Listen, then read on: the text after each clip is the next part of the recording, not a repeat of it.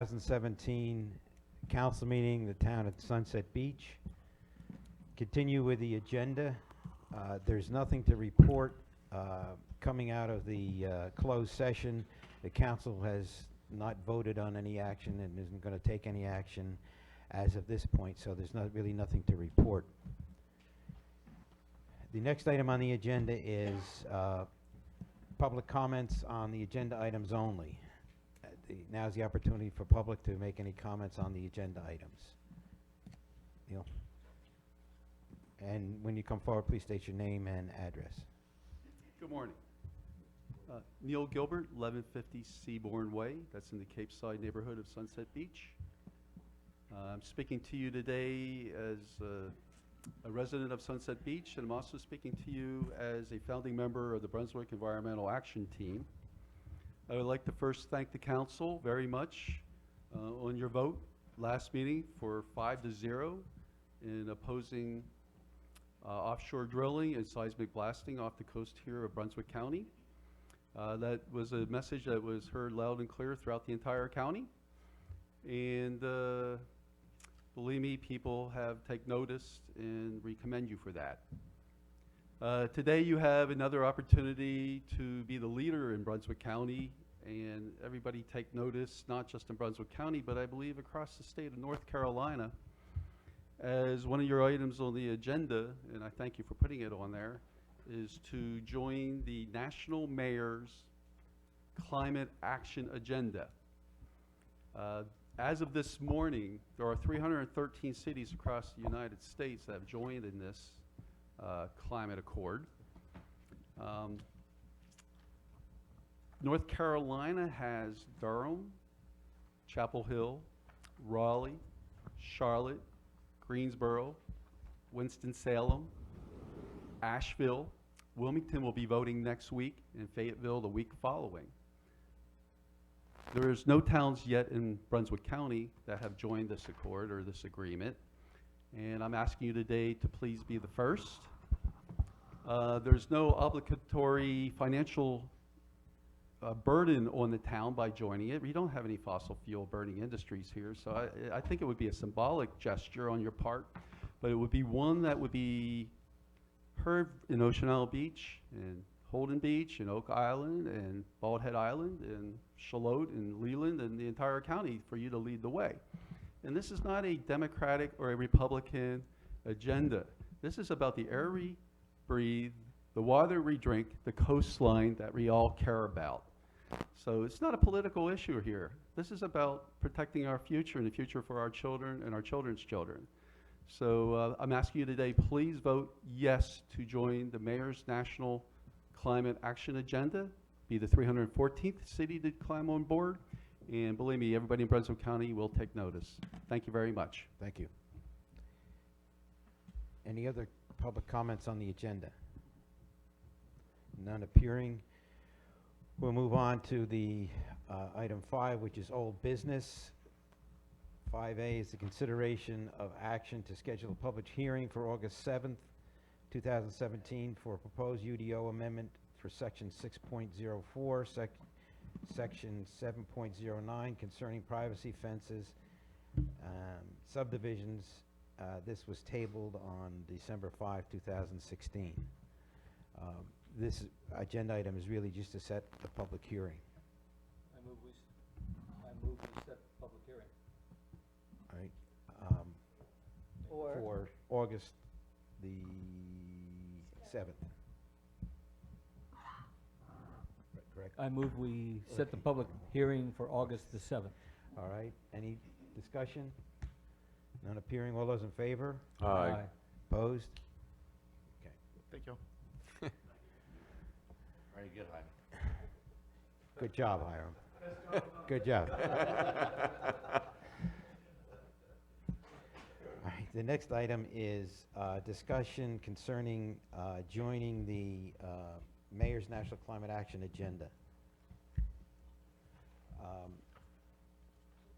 We all received a copy of Mr. Gilbert's email and listened to this morning. He shared with us comments with regard to the what the subject is about. It does, rather than ask for a motion at this time, is there any discussion with regard to it? Do you want to say something? Yeah, I have mixed emotions about this. And it could be personal, so I don't know. So you're going to have to help me sort it out. I deeply respect the work that the former ERC committee has done and expanded into a county role, and I think that's wonderful, and I'm proud to be a member. I have studied the Paris Accord. It's not binding. This country would spend billions of dollars provided to companies or countries that have either will be delinquent, signing an accord that has, again, no penalties if regulations are not followed. It's fair to say that most of the people in this town, according to the records that I looked at the elections office, that many people here voted for Donald Trump, a great majority. One of his campaign promises was to get out of the Paris Accord. He did. Now, you can call me an environmentalist, but I am a little selfish. I'm an American first. And spending billions of dollars to nations that are either delinquent or not friendly of our U.S. tax dollars, while we are $20 trillion in debt, to me does not make any business sense. So we're all concerned about climate change. We had a little tropical storm in Matthews, and the beach was flooded, the roads were flooded. These are the dangers that we live on the coast, and we still are having issues because people are still developing on the coast. So I support the spirit of this, but I do not want to get involved in Washington politics. I don't watch the news anymore. There's just too much anger and hatred. So I may be a little out of base. So I said what I wanted to say, Mayor. Okay. Mr. Larkin? Thank you, Rich, and I understand where you're coming from. I understand what you're saying. But to even mention politics in this it should not even be in the same breath. This is not a political situation. The Paris Climate Agreement, non-binding, sure, but it's a positive step and it sets a good example, and we in the United States need to set a good example. I believe it is a great investment in our economy and job creation to begin with. I'm certainly in favor of supporting the action. Mayor, I'd like to disagree with Mr. Larkin. It's to cost America $1 trillion in 10 years. Chinese government doesn't have to come into this in 2030. The Indian government doesn't have to come into this until 2030. Why are we subsidizing the world where carbon footprint has dropped dramatically over the last 30 years? This is a job killer for America. Peter, I don't, were you finished? I was finished, Okay. yes. Councilman Scott. I'm not viewing this as a vote for or against a Republican agenda, and I hope nobody in this town looks at it that way. First of all, sorry, thank you very much for the reminder. And I vowed I was going to be better about that today, too. I'm working on it. I don't view this as a vote for or against a political agenda. And even if it were, you are never going to have a political person that you are going to agree with 100%. So I think we need to divorce politics. If there's anything that the town of Sunset Beach should be in favor of, it's environmental issues. This is our bread and butter. Our environment is very important to every member of the community, and to the extent that the mayors in this country are taking a stand against an action by the government, which is contrary to everything we've been teaching our children, I'm certainly absolutely in favor of supporting this effort. So,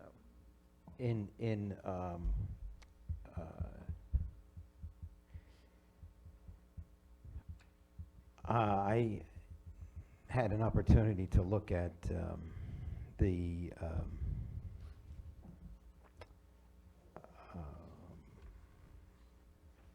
let me give it the right name here.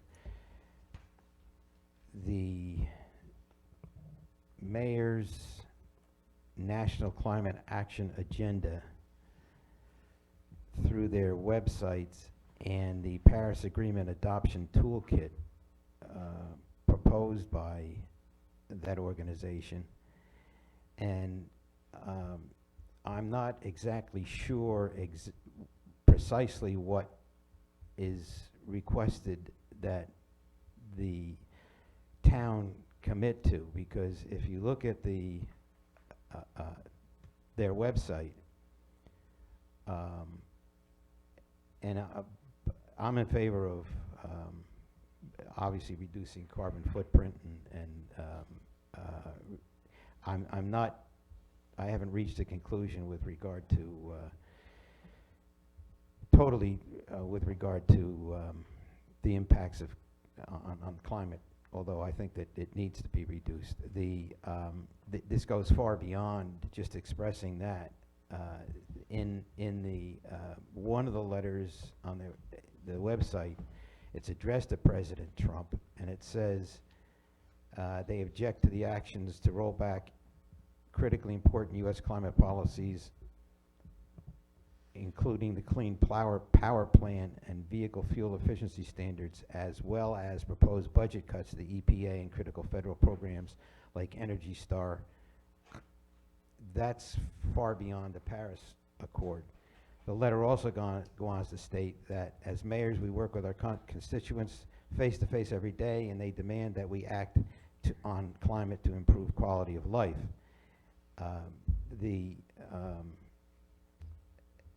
Certainly that's a topic of discussion. I don't know that any constituents ever expressed to me that, other than a few, including Mr. Gilbert, that they demand that as a body that we act on climate to improve quality.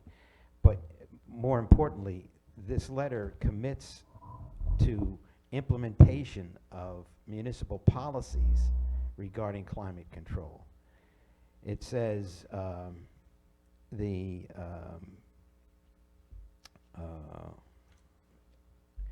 it says 1 in 50 American jobs is now in the solar sector, surpassing employment in oil, gas, coal extraction combined. I don't know that to be true. The private sector recognized the opportunities of climate action as well, referencing Goldman Sachs committing $150 billion of clean energy capital. You know, I don't know that to be true. It further states that as climate mayors, we wrote to you during your transition asking that you work with cities on climate action, the nation's first responders and economic hubs, and to embrace the Paris Climate Agreement commitment.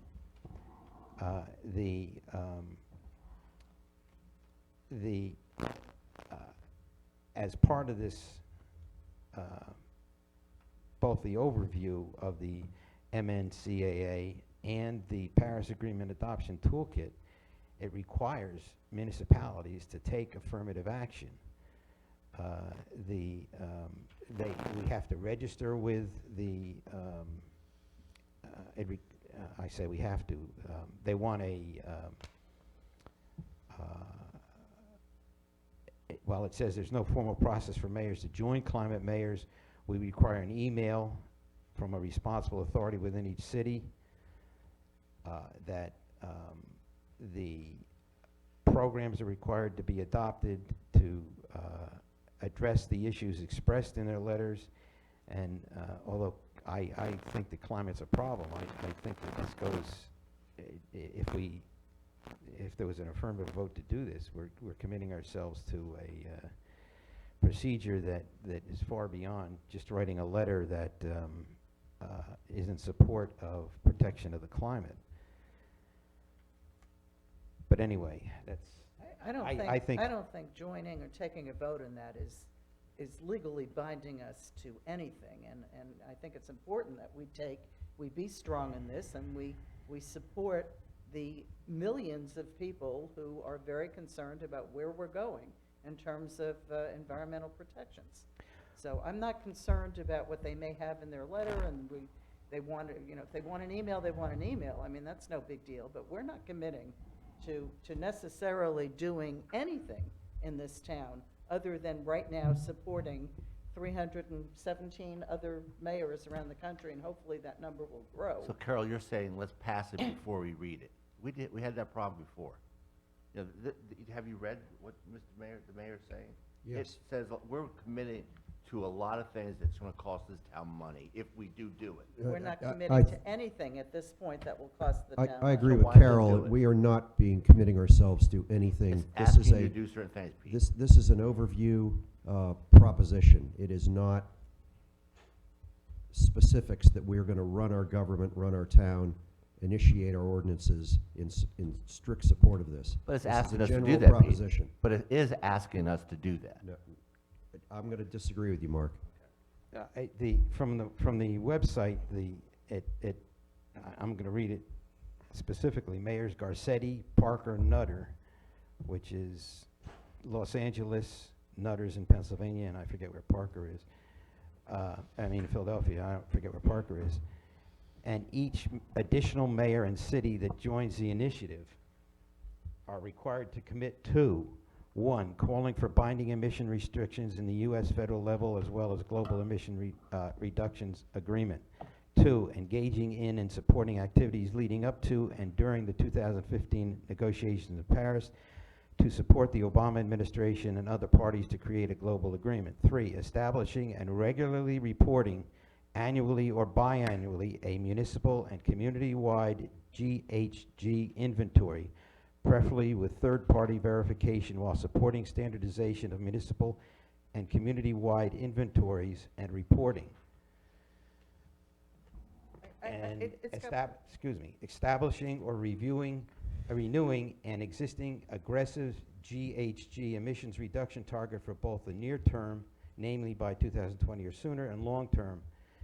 Developing or updating a community climate action plan which identifies specific strategies for meeting the emissions reduction target, as well as tying mitigation with adaptation measures where possible.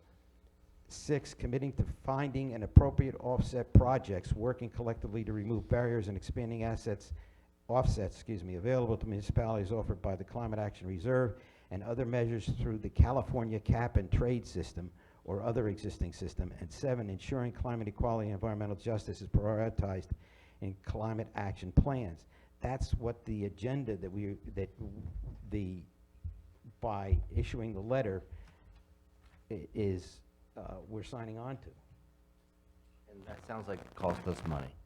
Who's gonna do these reports, free?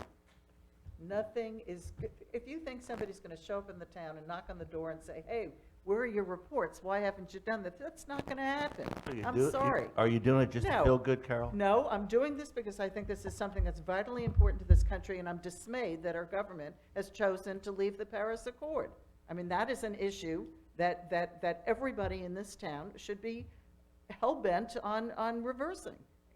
Reversing that position. Has nothing to do with any other positions you have on every other issue. I'm just talking about the environment, and I'm talking about the Paris Accord. And anything we can do to make that position known to the powers that be in the federal government, I'm all in favor of. Well, I would agree with you, except that this medium, I don't think is the appropriate way to do it. Mr. Mayor, if I can, I just don't think this is the role of our tiny town. the Trump administration, as you know, revisited offshore drilling. And we submitted a resolution against offshore drilling. And one spill, one oil spill, would destroy this town financially. It would lower our home values. It would reduce our revenues, and probably have major increases in local taxes to pay for the offset of the occupancy tax. Those are real economic things that impact this town. And the town took appropriate action and did win a Pelican Award. However, a non-binding government regulation, I call it a feel-good government regulation, is not going to directly impact this town or its citizens. It's administrative gobbledygook. The intent is real, the intent is sincere, but to me, it's totally political. And it doesn't benefit this country or this town. Well, if I, before I call for a vote, the one thing that I would say is or give you the opportunity to think about it, is whether you want to look into this, and you don't have to take my word for what the literature says, to look at it, and if you're prepared to vote on it, we can vote on it now. If you want to look into it any further, that. Bob, can I make a motion to table it, to have everybody a chance, the opportunity to read everything again? Because I think there's more in there Well, we than, don't have. I haven't had a chance. We don't have to a. s- I we- haven't had a chance to We don't have a speak yet. motion yet Okay. for He anything. hasn't had a Yeah, chance I to haven't, I weigh don't, in. haven't had a chance to speak yet. Councilman Corbett. Yeah, as of Friday, the 16th, actually, it was 323 signatures that it signed, according to the mayor's webpage. As I read it, and one of the issues that I had when I looked at the letter to the president from the 28th of March and a subsequent letter and updates from the website is it's difficult to track down what the actual incurred obligations are when you sign up to this. The implied obligations that come up in kind of loose words are to work to invest in renewable energy and energy efficiency. That's a noble cause. This little town's not going to have much to do for that. It's to attempt to buy and create more demand for electric cars and trucks. We have a very small motor pool, and the efficiency gain there would probably be kind of minimal. It's hard to say. To cut greenhouse gas emissions. Again, we have very little industry around here that's producing gas emissions, so it probably doesn't have that much impact on us. And to create clean energy economy. And there's, again, very little in our economy, since a lot of it is vacation and traveler based that comes in. I see most of this as being non-binding and not really having an impact on us. And so my leaning is to support this letter, but I would also think taking one more month to look at it and actually go through the rest of the details to see what the commitments and requirements are. If they are firm, if they are locked in, it wouldn't hurt us to do that, to make sure that when we do support this, that we have our ducks lined up. And I'm Wait, not okay. completely comfortable at this point. So I would be more comfortable postponing this one more month and actually checking out the rest of the information that's available on it. In general, I like the idea of supporting the climate change, supporting the environment, but I want to make sure we don't get locked into something. Why don't you make a motion to that effect? Let's carry it to a specific date. To the You August and I move that we postpone this decision until the August 7th meeting, and before that time, I would ask, postpone the discussion until the August 7th meeting, and with the implication that we do some homework and actually read what the requirements are and the obligations are. Any discussion on that motion? I just want to make one more opinion for me. Here we are, a town, we don't recycle. We don't mandate recycling, we worry about the Paris Peace Accord. what's more important? The recycling All of or putting Bangladesh or India and subsidize them? And Carol, Excuse No, me, no, no, no, excuse no. me. No interchange. Mark, it's a process of steps, and it's a process of baby steps, I and it's a understand that, process Pete. of intent, I and it's a understand that. process of example. what example But we show? Russia, my- I mean, the vote, China I and can India see- don't even have to do it. All right, let's talk about discussion on John's motion. I can see the way the votes are going. I'll support that. So will Half a I. loaf is Well, better look- than nothing. And it is just to carry it to the August 7th agenda. That's the motion. That's correct, yes. All right, all those in favor? Aye. Aye. Aye. Opposed? All right, so it will be on the August 7th agenda. The next item on the agenda is the discussion of Metcalf Drive roadway request from Dwayne Lewis.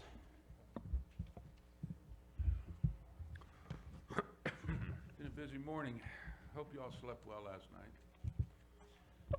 Anytime I have to get up and make a speech or make a presentation, I don't sleep well the night before, so I'm a little nervous and, of course, Don't be nervous. I only think, thank you, I appreciate it. My name is Dwayne Lewis. I live at 522 Metcalf Drive, and do I hear me? Yes, Okay. you're on.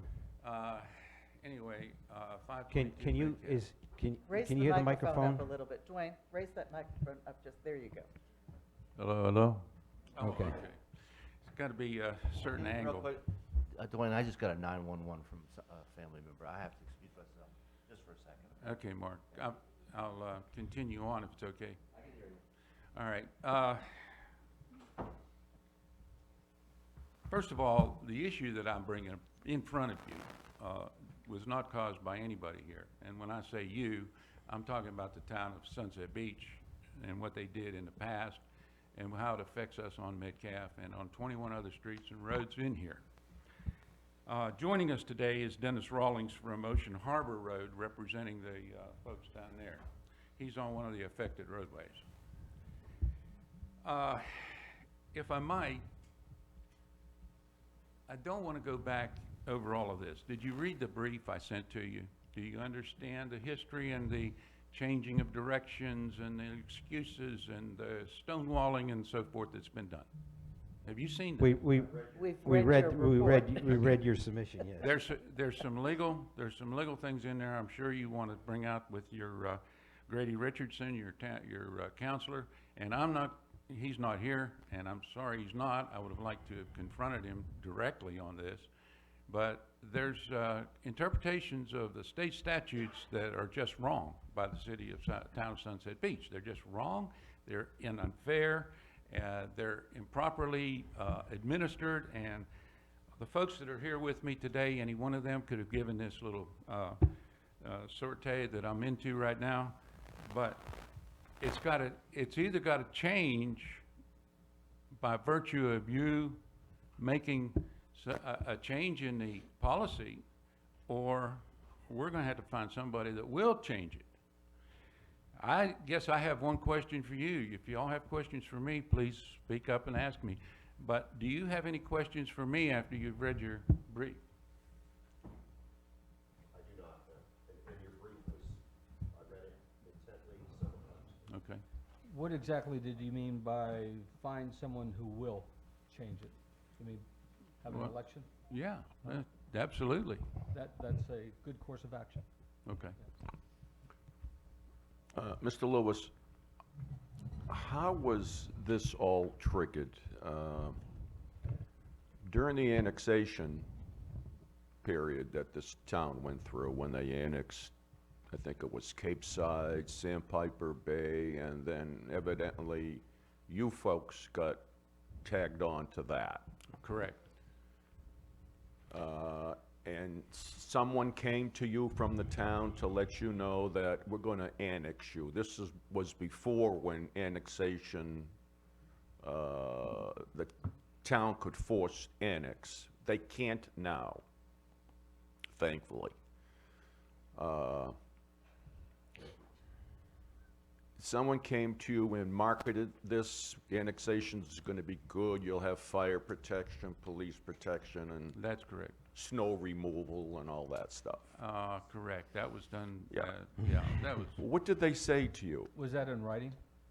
no, out of curiosity. no, No, that was no, my, there's no, nothing in that was writing. my fault for not getting it in writing. I Yeah. trusted people at that time, which I don't, well, What did anyway, they say to you? we'll start out on today's footing. Wait, Rich, if such you could, hearsay. if you could, let me ask, and I don't mean to cut you off, although I just did. that's all right, I'm just trying But, there was a public hearing, wasn't there? No, not to my There was a knowledge. report that was prepared? No, Well, the current state statute requires a report. exactly, It has to be mailed to everybody, and there has to be a Exactly. public hearing. exactly. And, I'm sure they would have had to send notice out. No, ma'am, they didn't. Every annexation that I can Go back to- recall, and you- this is before I was on council, notice was sent out to the. Well, I didn't get one. Now, here's In- two things we're running counter together here at this time. where I'm going with this, hold on a second, where I'm going with this is, the current statute provides a method for appealing the municipal action. They didn't do what they said they were going to do, or they did something different than what they said they were You going have to do it within a certain number of days. Well, they have to do it within 15 months. Well, so- That's under the current statute. And then you get a writ of mandamus that compels the town to do what the plan, the report said they were going to do. Correct. Now, since anybody up here, I don't think anybody up here is familiar with what happened at the time of the annexation of the property you're talking about. So, I don't think you're gonna find a lot of sympathy to take action right now on what you're talking about without an opportunity to find out what happened Correct. during that period. What I'm trying to do is save some time and go, I mean, I know. you've got legit, you've got arguments that you want to make, I understand that. But, there should be some record, no? We'll look into it. I mean, there- I can't state because I was not here and neither was Lisa. But there had to be a statutory procedure, and there has to be minutes that were taken in accordance with that statutory procedure. And what I'm suggesting is that we take the time to review that, to see what that says, not that that's dispositive, but that, because we're kind of, and I don't want to foreclose you from making any arguments that you want to make. You'll have an opportunity to do that once we determine, to the best of our ability, what took place at the time. Well, Mr. Mayor, in all due respect, what did take place at that time was an annexation. Well, I know that, A but map was prepared on which included the roadway, and it was presented, and it was adopted, and we were annexed. And the mayor told me at the time that that was a good thing because we would have road maintenance and repair. We would have, we were getting a sewer line in that road, which we did, and we also at that time had water already. So it seemed to me to be a good trade-off. well, what I'm Bob, let me getting, ask a you're, question. wait, so hold on a second. You're arguing your case, which I don't want to foreclose you from the opportunity to do. I understand. But you're doing it in a vacuum, because we don't know what took place. One of the biggest hurdles you're gonna have to overcome in convincing me is that you're not alone. Sandpiper Bay has paid over $300,000 to bring their roads up before the town took them. Sunset, Sea Trail has a number of roads that are private roads. Yes, they Where do. they spend in excess of $300,000, and they're still not public roads. Now, until the council, and I'm speaking for them, and they can tell me that not to speak for them, but until we determine, to the best of our ability, actually what took place, we're really arguing about something that we're not really familiar with. I understand that. And Mr. Uh, Mayor, Mr. all due respect to you backing me up and getting me off and making arguments for it, the annexation is not the issue. You don't understand what I'm getting at. Your policy of 98.18B is not enforceable. Do you not understand that? That is my point. No, okay. What I deduce is the fact that the town selling annexation came to these residents and said, we're gonna annex you, and from what I can determine, they promised verbal. Yes. The town promised that they would fix the road, Maintain it. maintain the road, fix the road. Why they said that, I couldn't, There's a huge difference between maintaining and fixing, so. Dwayne, What can I did ask they you a tell question, you? Dwayne? When they put the sewers in, correct? Yes. Who paved the road after that? It was already paved. I know, but They- there had to be they- some damage done to the road once they put the sewers They in. did some damage, yes, and they came back after they put the sewer in and they patched the holes that they, where they did the cross So the drain. town did come in and But they fix went that. down our right of way. That wasn't the town. It was the Part county. of the contract with the town. Excuse me, Susan? is Wait, this, wait, Rich, Susan? I make a recommendation, if I may. I would like to send his letter to Grady for legal review. Lisa and I will pull the materials related to the annexation and prepare a memorandum to the council for review. Because this isn't getting us That's anywhere. where I was going, we're just Right. gonna go around in circles. Yes, that was Linda Flugel's, report. Well, it's, Carol? When you talk about annexation and promises that have been made, I just want to make sure that people in the audience understand and that you understand. At the time, annexation, a town could annex properties if it met certain criteria, Right. and it was mandatory. Yeah. And the people within those annexed communities did not have a say. So whether promises were orally made, the mayor certainly had no ability to commit the town to anything that wasn't in writing or part of an agreement. So I do want to make that clear. However, and this issue has come up before with communities that have been annexed, that have roads that do not meet the town's criteria, where all of a sudden, they're in a position where they have been involuntarily annexed and are paying taxes and do not have the town coming in to help them on those roadways. And I can understand your argument, I understand your anger about this. I happen to personally live on a private road. I bought my property knowing it was a private road, knowing the town was never going to maintain that property. I have no right to come in here and say to the town, please pave or take care of my private road. That's not going to happen. It is a private road. I And they have no responsibility. When you're dealing with an annexation, however, I think the conditions are different, which is one of the reasons why a number of years ago, we changed some rules that involved Bonaparte II and their roads, in terms of trying to give them some assistance with filling in potholes, and they were getting no assistance from the town because it was not a town-maintained road, and it did not meet the town standards for being taken over. In fact, I think it was a state road, and I think the state recently just came in and repaved. Well, But we were trying to give them some assistance as a community that pays taxes and has an expectation that their taxes will cover the basic rights that other people in the community get. I'm glad, So that's a good way to I put it. do understand where you're coming from and where your anger is coming from on this. I don't know what promises were made. I don't really care about promises. But I do think we should be evaluating whether or not there are certain steps we can do. And I asked that this be done several months ago, that somebody meet and see how can the town help this community? And I would still like to see that. I think we need to try and come up with some innovative methods to give them some assistance, even though they have a road that they cannot afford to come up to town standards for us to take over. In this situation. The difficulty with that, Carol, is that you have substantial number of property owners that are in exactly the same situation that are not located in Sunset Lakes or the other property that Mr. Lewis referred to. You've got a number of roads in Sea Trail that are private roads. Some are owned by the corporation, some are owned by the Master Association that cannot, I've been working on for 3 years that the town has taken the position can't be accepted because they don't meet town standards. And you're not dealing with an isolated situation here. That's my problem. What I think we ought to do is what Susan suggested is to Mr. get the Ma- correct information. Mr. Mayor, you know, everything in the legal world, we always worried about setting a precedent. And I think this situation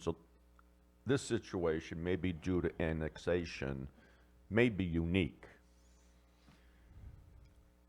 And this is where we need help and hopefully a remedy. The fact that two public officials on their own went to this neighborhood, marketed how the benefits of annexation, including maintaining or fixing the road or whatever was communicated to you, Mr. Lewis, just seems pointedly unfair. It is. And these citizens pay Sunset Beach taxes, were promised something, and it never happened. Now, what I'd like to see done, if we can, and I couldn't hear you, Susan, so please excuse me if I'm repeating, is to have Susan meet with Mr. Lewis and Harum or Dustin, review the site, and provide us a remedy. Oh, if I can, what Susan proposed is that she refer Mr. Lewis's memo to counsel, not this counsel, the legal counsel, and that Susan and Lisa research exactly what took place from the town's records with regard to the annexation. That's what her suggestion was. Okay, that's fine. My only concern is that lawyers, I'm not criticizing lawyers. Lawyers stay in the box. They look at the law and that's it.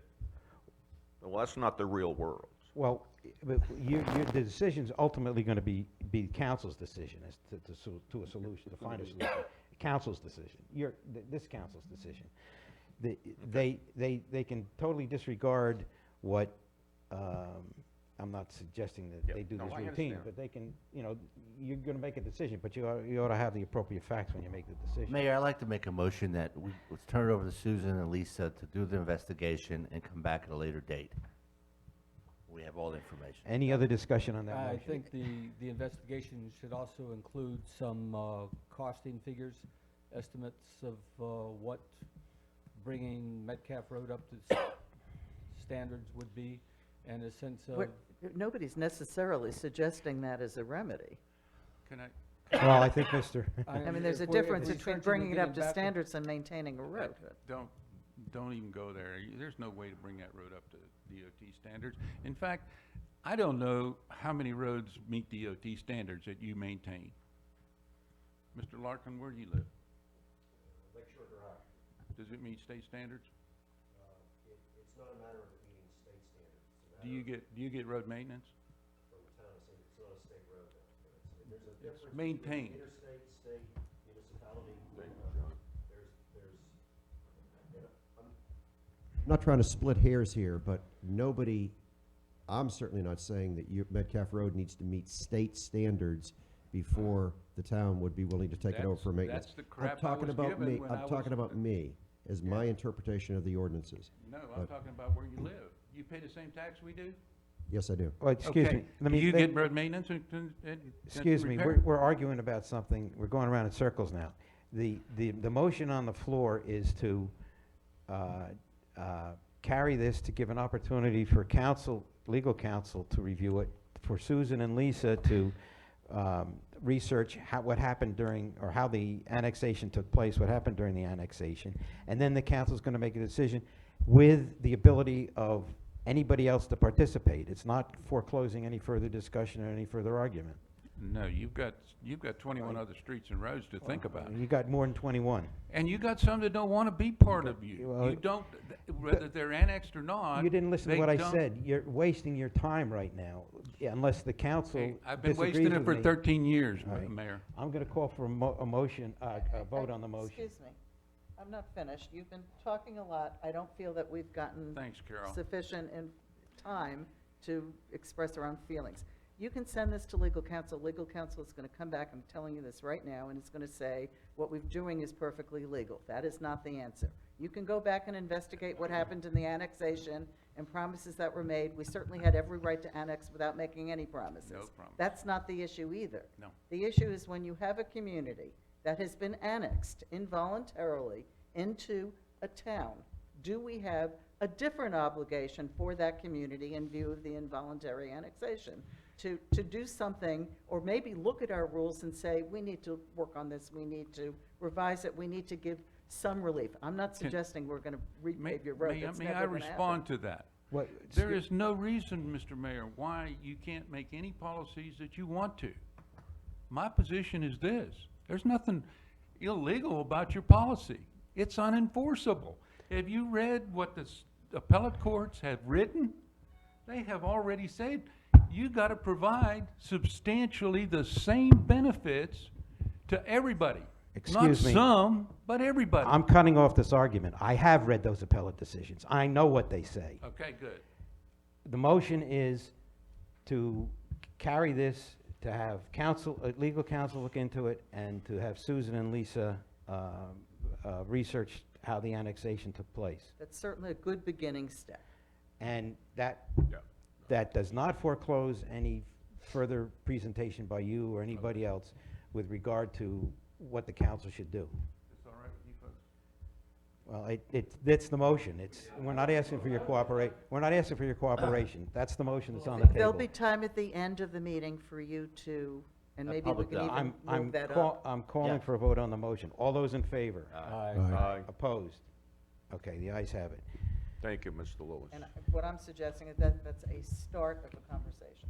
It's also a start of a conversation, and Mr. Lewis is right. It doesn't just limit it to Metcalf. I'm well aware Because of what that. is done with Metcalf is going to morph into, he said 20 streets, I know of 11 that are in a very similar situation. And it has to do with the standards of the street at the time of annexation. Okay. Okay, discussion concerning the draft annual report. No, yeah, that's next.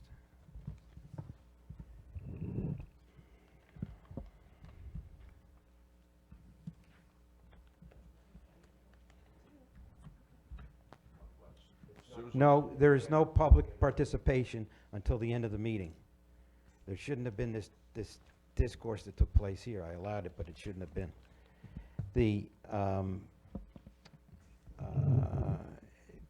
We need to resolve what the, Mr. Mayor, I'll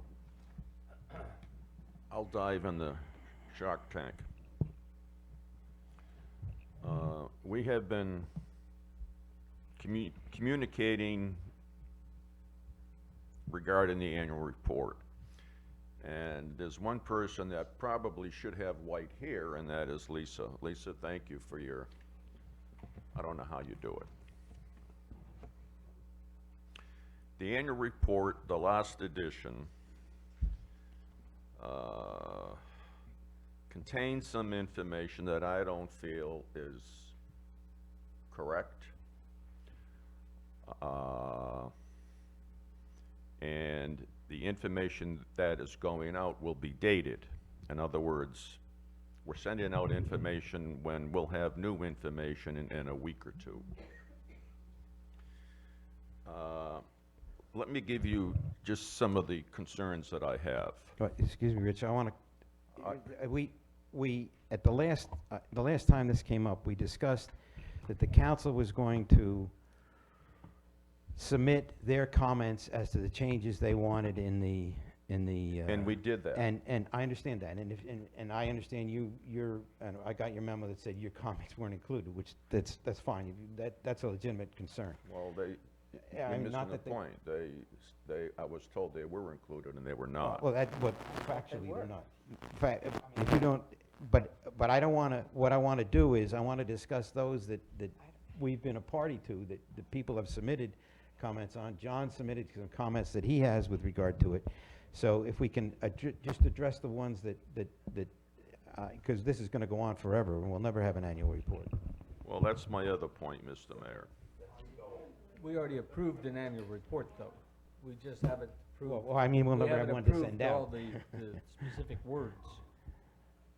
All right, so, if you can, I mean, is it anything different than what you've expressed before? Yeah, just one other thing.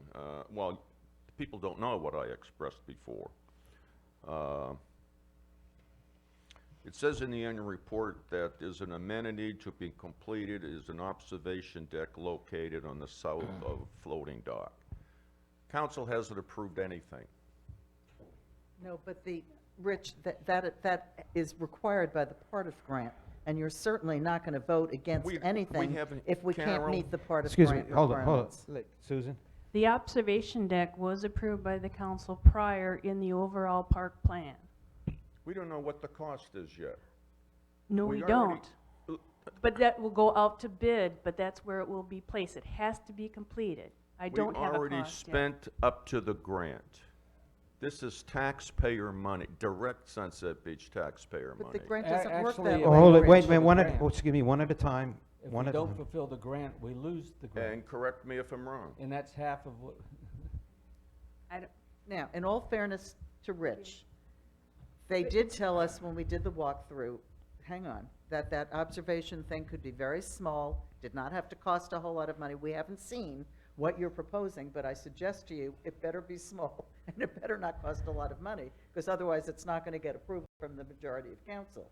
But you have to have something to complete the requirements of the Partif grant. We don't want to forfeit the entire grant because we haven't completed what we had promised when they gave us that money And- that we were going to do. And council always has the opportunity to evaluate what is submitted by staff and Every give time. up or down vote on whether we proceed with that as a request for quotation. So I don't understand your concern about that particular thing, and I suggest Well, that what's in because- there is correct. Because it says the park is to be completed up, that it's going to be, in other words, it's going to be done. It has to be done to comply with the Partif grant. But how big it is and how much it costs, completely different Carol, story, and I'm with you to keep it as small and as inexpensive as we can. My own, Let's hear Susan's plan on that. Susan?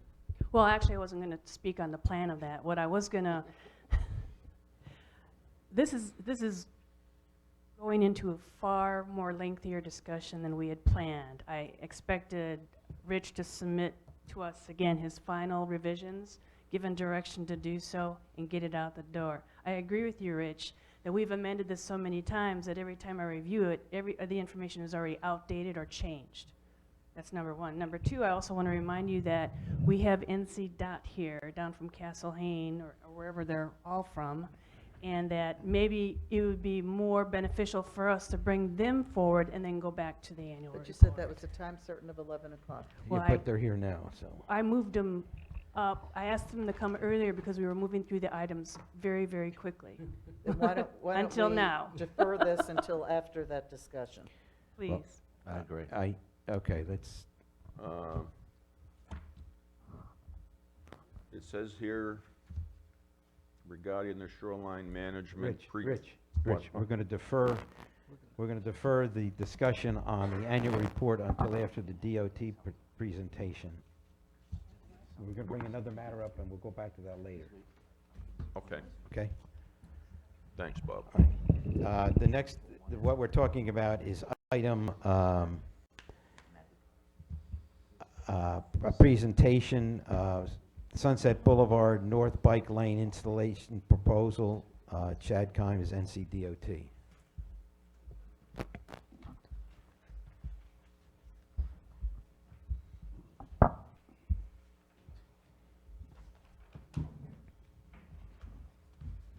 So Chad, this is the wave of the future, to get the towns to start sharing the cost that DOT used to pay for. There we go.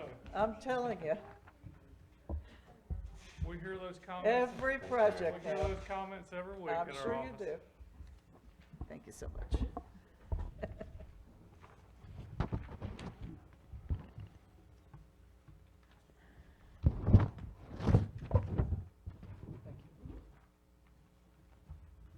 Thank you very much.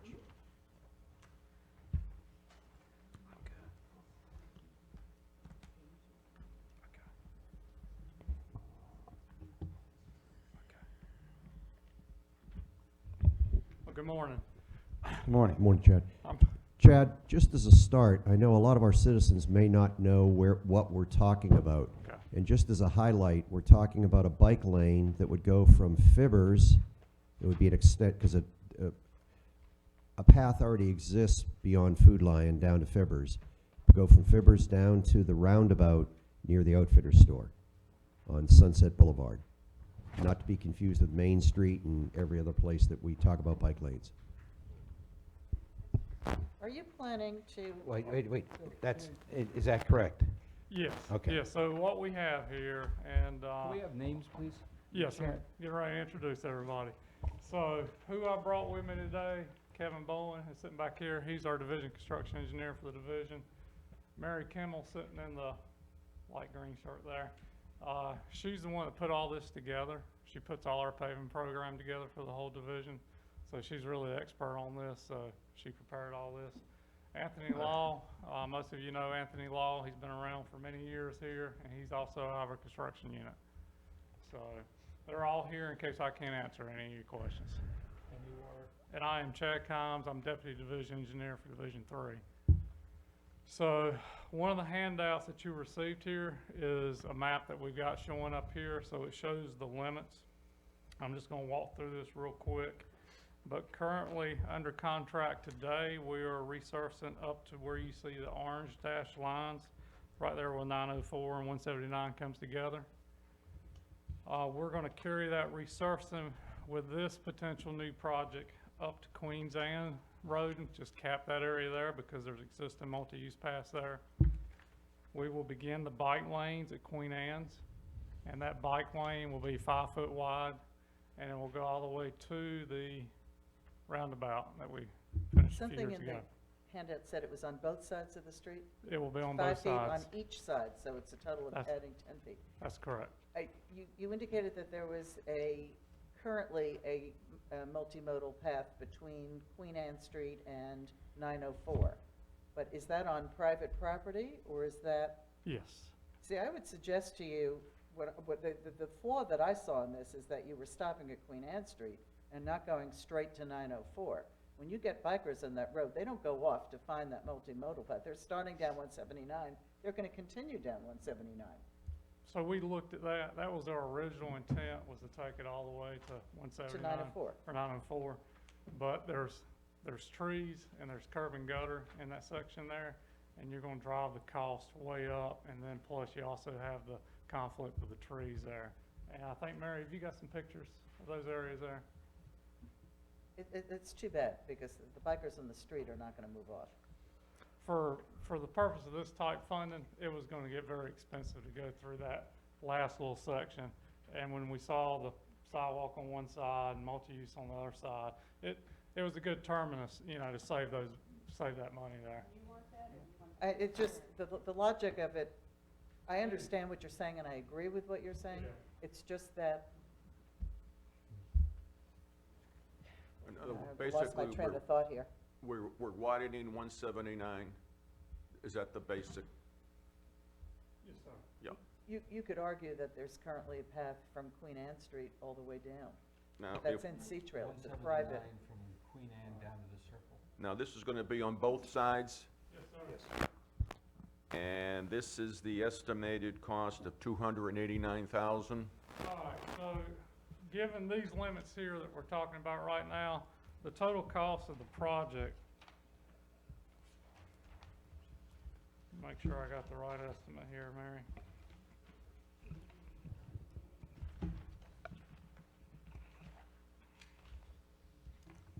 The total project cost is $438,000.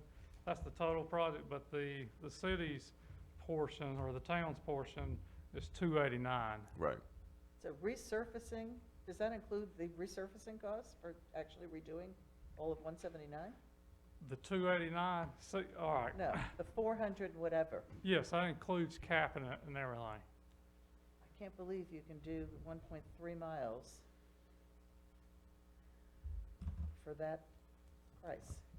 The 1.3 miles is the length of the two 5-foot bike paths on the north and south side of Sunset Boulevard So is North. the total cost of those bike paths 450? No, No, it's ma'am. 289. Two So eighty-nine. I'm just saying, I'm just surprised that you can resurface 179 Right, for that, for $500,000? right.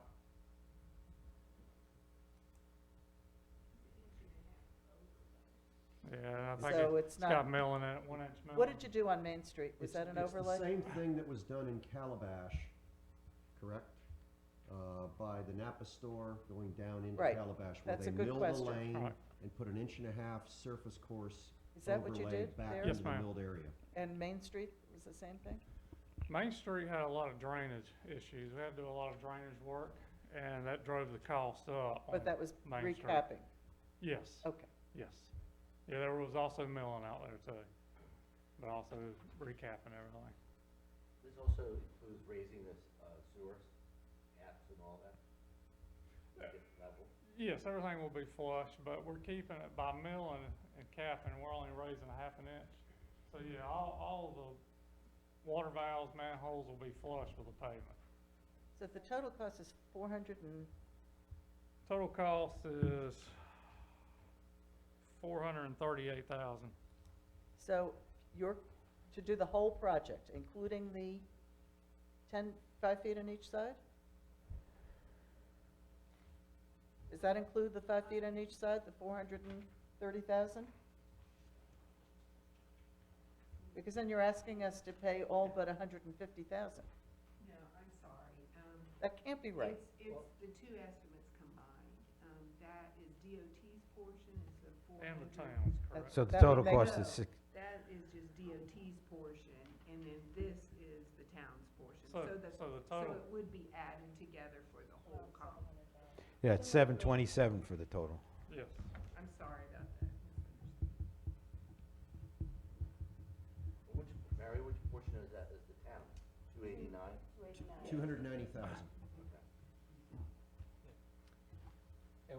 And one of the differences is that where you're putting these two 5-foot bike lanes, you have to essentially build the road there, build the bike lane. There's no foundation underneath. With the main road, you're milling and recapping. That's correct. And so, if you will, the cost per foot of the bike lane side is more expensive because it's a bigger Much construction higher project. because we're putting a Okay. thicker typical. I believe this typical is 11 inches, 10 inches. That's subgrade and pavement. Yes, 5.5 inches of base, 3 inches of intermediate, and then cap. Are there any, So- So people understand, this is gonna look, correct me if I'm right or wrong, it's gonna look like Main Street on the Right. beach, where the road is gonna be widened, and the widened portion's gonna be separated with a solid line and pictures of bicycles, so that bikes will be in the same common road, but in a wider footprint than we have there now. That's correct. And just to let you know, this section wasn't scheduled for resurfacing till several years out. And by doing agreements with the town and y'all contributing money, we're able to accelerate these projects. So it's one of those partnerships, just like Main Street. Main Street was down the line several years. And since, y'all put your contribution in there, we accelerate our programs that way.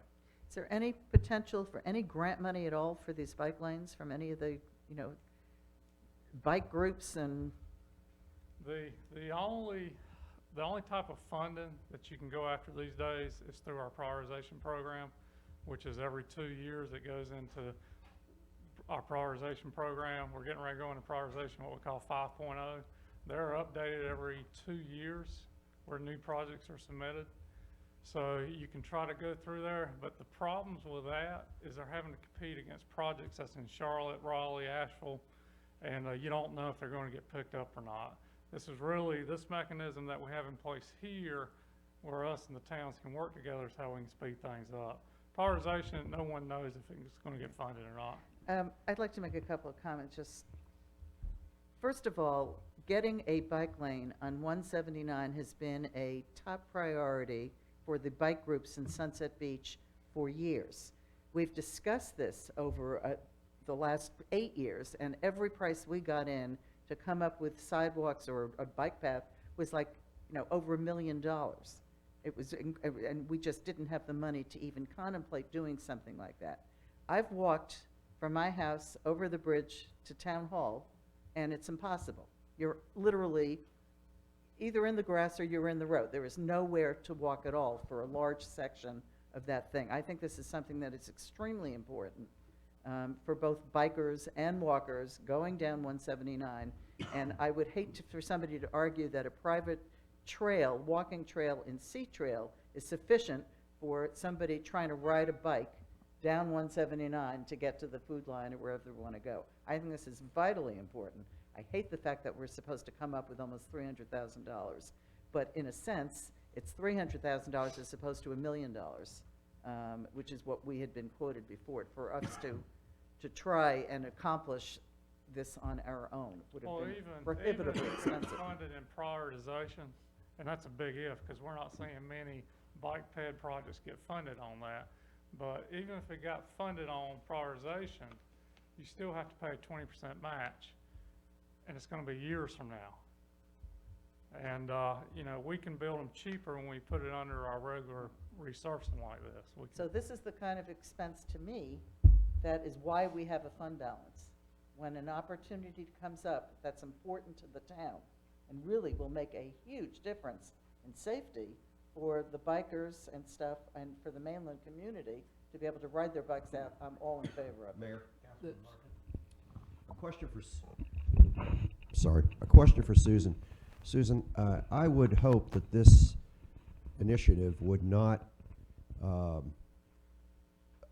interfere or demote our need for a sidewalk as development occurs along Sunset, future development occurs along Sunset Boulevard. It will not. In fact, those, especially on the south side, are required, Okay. that sidewalk be installed. Thank you. Sir, if this were approved, when would the construction begin and when would it end? If we go ahead and get approval from the town, Yep. we are planning for a fall let this fall. A fall installation? So, and work beginning after the new year and completed before Memorial Weekend. Thank you.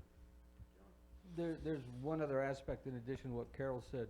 It's not just bikers and walkers who need that additional lane. It's the people in the cars and trucks driving up and down that road who are trying to avoid hitting the bikers and the walkers. It's a and real problem So now. it's not just a small portion of our community. It's anybody who uses True. that road That- that needs the safety measures of having the bike lanes. Well said, In John. addition to the benefit of tagging on to DOT paving plans now and getting it at a much cheaper price than if we did it in the future. Bob, question, Susan, where does this fund come from? It comes from the General fund. general fund? Oh, actually, it's two, I think, in the staff report, we put the bike path and the general fund. Split it. Any other questions? Susan, we ended there was a surplus in the streetscape fund for a long time. Did that get moved out? Has that fund been closed out? And that money went where? Should have gone back to the bike fund. I don't know precisely where it is, but it was either transferred probably to the bike fund Okay. or future development. So it still exists. Because Mayor, this leads to the Mr. Mayor, this beach. has been a public safety problem since I've moved into this town in 2003. Long overdue. Mayor, because this is a bike path that goes from our commercial area, mainland commercial area, down to the beach, the roundabout, to the bridge, is there any way that we could link this to the accommodations tax? What's the question? Can we use the accommodation tax? Can any of it come out I of think- accommodations tax? It Pete, doesn't we're matter. already using We can all the explore money that, That we and can. we can explore It that, but doesn't- we can explore that, but I don't want to delay execution of this project. If we find that it can be, we can change where the monies, we can do an intra-transfer, but we can look into that. Most Right. of the money that I think you're referring to, we can't use for these kinds of projects. It's like beach renourishment. May we There's a make a certain- motion, Mr. Mayor? Well, is there, if the, I want to know if there's any more questions or any discussion. None appearing. I move we approve this project.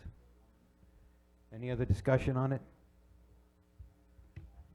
All those in favor? Aye. Aye. Opposed? But you have to do a couple of other things for us. Keep those lights on the bridge, I mean, the reflectors, We're giving up on those. and then reflectors. figure out how we can mark Main Street. Now, if anybody else is, what was your other question on the? I said, figure out how we can mark Main Street. Marking I'll Main talk to Street for safety on parking. And actually We'll put talk. more bike logos in the bike path. We need more bike logos on We- the, we we know can- what the standards are, but we actually need Susan, more so people. know. Susan, That's a different agenda item. You'll have an update on Monday regarding the bike lane markings. Thank you. You're welcome. Was there anything else for DOT while Mm, we're here? No, Good? no. Okay. Except I need you out there, but no, not in here. All right. Thank you very Chad, much. thank you very much.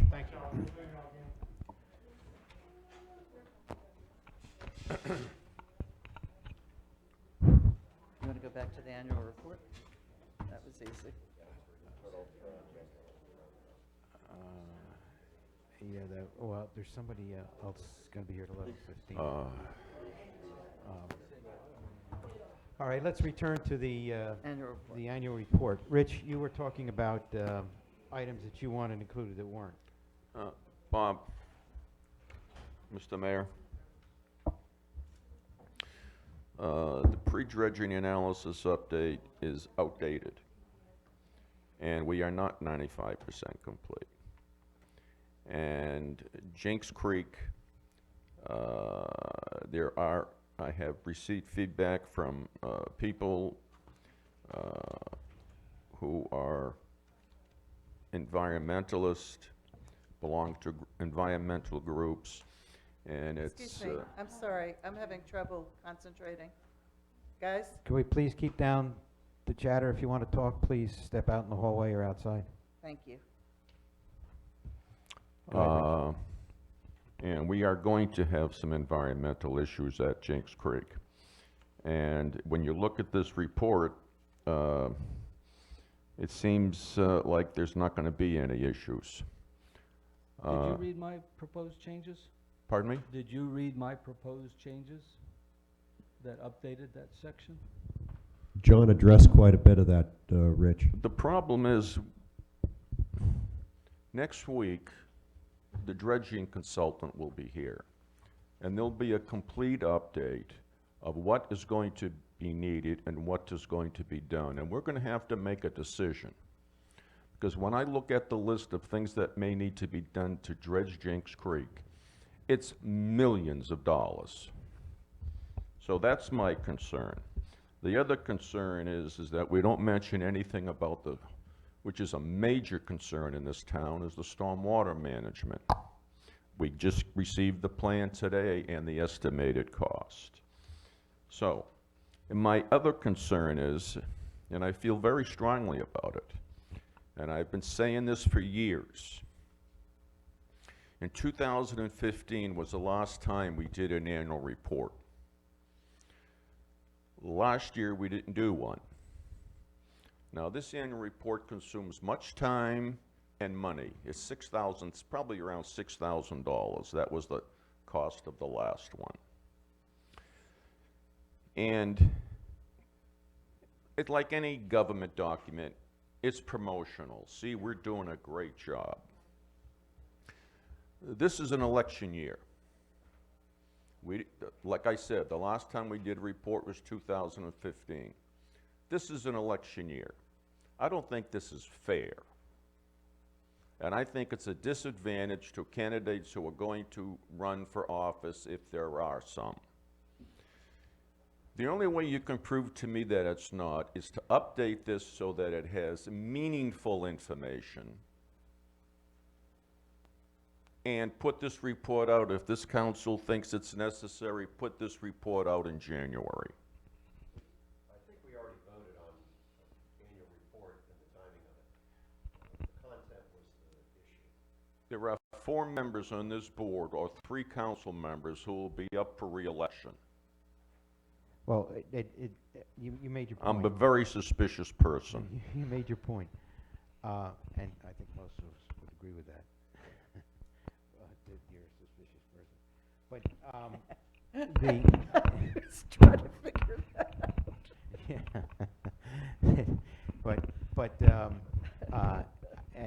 And actually, Mr. Larkin's comment is well taken, because my initial response is that we don't do an annual report at all. But you're right, we already took action to have an annual report, so we have to go wade through what's going to be in it. As to the cost, I think, from what I understand, the cost for, other than publication, the cost of mailing for this 4-page report is going to be about the same as the cost of the 8-page report was. Am I right? Because it's now required, at 4 pages, it's required to be folded and put in an envelope, where the 8-page wasn't. But, so the cost is going to be the same. So cost is not really a viable issue with regard to sending it out or not. But you had mentioned the 2 issues, the stormwater management study and the Jinks Creek information. John, Councilman Corbett, you submitted a written list that I assume everybody's received of changes that he wants. Does anybody have any problem with the changes that Councilman Corbett suggested? No, except I have one quick change, which may alleviate some of Rich's concerns. Instead of saying, excellent financial condition, why don't we say sound financial condition? It's less of a trigger word, and I think it's completely true. I can live with I that. don't have any problem. I mean, I would. So I would recommend we do that. Well, And Rich, is there any specific other things other than not wanting any report at all that you want to see? I can't hear you, Carol. Is there Are there anything any else? other specific changes other than you not wanting it sent out at all? If it were going to be sent out, do you have any other What did I specific? say, Carol? I said I would strongly prefer, if we have all this once we have all this updated information, that we send it out in January. The idea of putting this out to this community a month or 2 or 3 while candidates are filing for office is just simply not right. All right, That's all I can say, Bob. okay, you made that point, and I think it's something that should be addressed in the final thing here. John, we were going over John's comments. Anybody have any comments with regard, or problems with John's comments? I liked John's comments. Okay, assuming that, well, let's address Rich's. The reference to the stormwater study is not in there. We include some reference to the stormwater management study. Susan, you? Well, I was waiting for you to finish, so. Okay. Well, you picked up a microphone, so I assumed you were going to say something. Mayor, Hold on. Also, there's nothing said there about the bike lanes. We just put $300,000 almost to our budget. But every meeting, we're gonna have something. I understand, but that's important. Well, you're right, it should be, I'm it saying could be that'd added. nice thing to put in there, Pete. Not saying it's good or bad.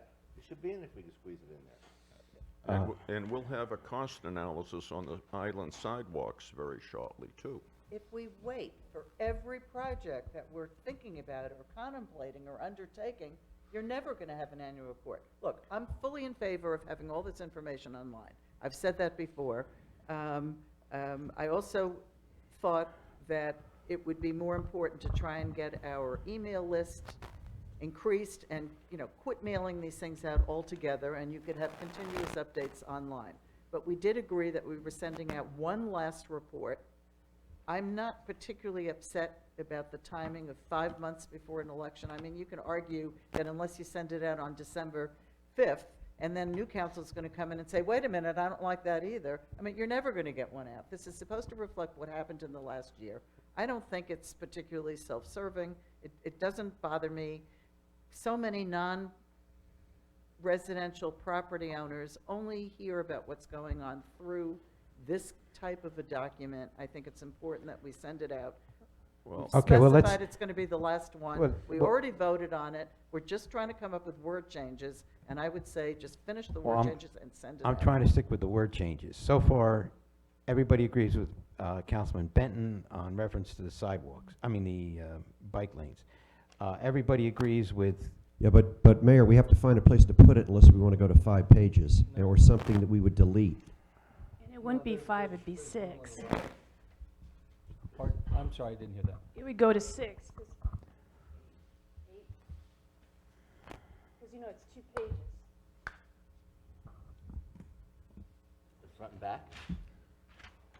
I'm sure we can find things to cut out to make room for an additional paragraph or two. I have no doubt that we can find things to cut out. No doubt at all. The mosquitoes may take issue with that, though. and the next, That's what will go. the next is Councilman Corbett's suggestions with the addition of Councilman Scott's comment about it being sound financial condition. Everybody's agreed with that. Getting to Mr. Serrato's comments about, well, we talked about the stormwater study information. The Jinx Creek being part of the dredging process certainly should be included. And he also made a comment about it being 95% complete. I think we could take out the 95% and could say it's substantially along the way or something like that. And It's being worked on, and- you know. well, I think that one of the things. Final steps. Well, one of the things that want to be conveyed is that it's not just in its infancy, so, and then that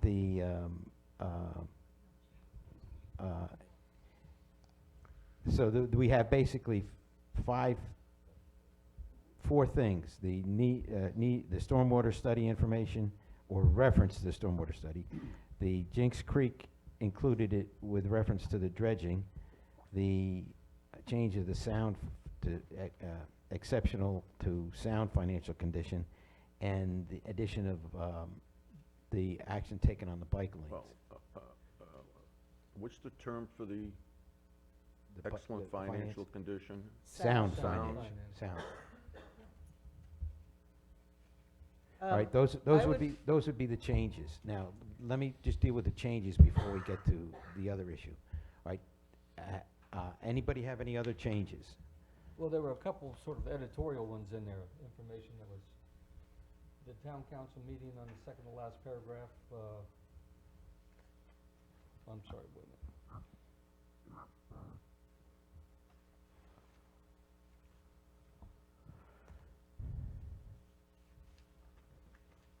In the, page 4, the box with the town meeting information, it left out the time of the second meetings. Well, that's in your Yeah, memo, yeah, isn't it? Well, yeah. what's in your memo is going to be included. All right, okay, that's good. Mr. Mayor, can I ask a simple question? Why are we doing this report? Well, we've already voted on it. It's already been a vote to do it, Rich. Mr. Mayor, I understand that. Well, you may not understand it, or you may I not would like, agree you with know it. something, I know the politics in this town. I've seen the clever stuff for years. And we all know what we're trying to do. Well, we can rationalize anything. I've seen it and I've heard it. All right, I'm going to call the question on Do you the have to changes. put my name on this report? Will you put down your individual names? Because I don't want to be part of this. I think we took that out. Didn't we? Yeah. There's no name on it. I'm calling for a vote, calling the question on the changes that we talked about, that I just went over. All those in favor? Aye. Aye, but Opposed? Nay. Okay, now let's address the issue of how soon is it going to be ready to go? if space is a concern, Lisa, why don't if it's okay with you guys, I did this once before, and I think you were okay with the cuts that were made. How about if I meet with you later this week, and we make the changes, and then add in a couple of sentences on those other projects, and we can figure out if we have space or something else needs to go. And she's proposing that she meet with Lisa and make the cuts to add the things we were talking about. My only problem with that is, we did that a few months back, and this is what we ended up with. And it's an ongoing process, because I'd like to have that I by June understand, 26th. but I understand the efficacy of what you're saying, and that's an appropriate way to handle it, but we're gonna, unless everybody agrees that they're gonna accept whatever changes you and Lisa make, we're gonna be back here going over this thing again. No, we won't be back here going over this again. We'll meet before the end of the week. We'll send out a revised thing to you by this weekend, and we will vote on this Monday night to get it sent out. Because let me tell you, if this keeps getting delayed, then I'm with Rich. It's too soon before an election. We either need to get it out now, or we're not gonna get it out, period. So, all right, so, Hold it. We've already voted that it's gonna go out. Carol, get with Lisa, make the changes. We entrust you with that process, and let's get it mailed out. We've already voted it's going. All right, and I'm saying You know, you'll Pete, I get wanna those. see it before it goes out. You'll get those changes this weekend, and you'll have a chance to review it before we meet Monday night, and hopefully Monday night, that will be a vote to get it out, from your lips to God's ears. okay? Hopefully. my goal. That's, yeah, I don't have any problem with that, it's only a week away. But I don't want to continue this process beyond next Neither do week. I. Either we do it or we don't. I just need to make one statement, just to remind everybody that we are this week preparing for the packet for next week, so you get it before Friday. So we have some time constraints as far as That's right. resources available and writing. We will do our best. It's got to be done today or tomorrow, Carol. That's what she's saying. Okay? This afternoon, Lisa. Okay. That's, that? next item on the agenda is the stormwater management plan presentation. Mr. Norton? Can we take a 5-minute recess? Take 5. We can, no, Please? yes, we can take a 5-minute recess, yes. We return here at 11:25. Thanks, Bob.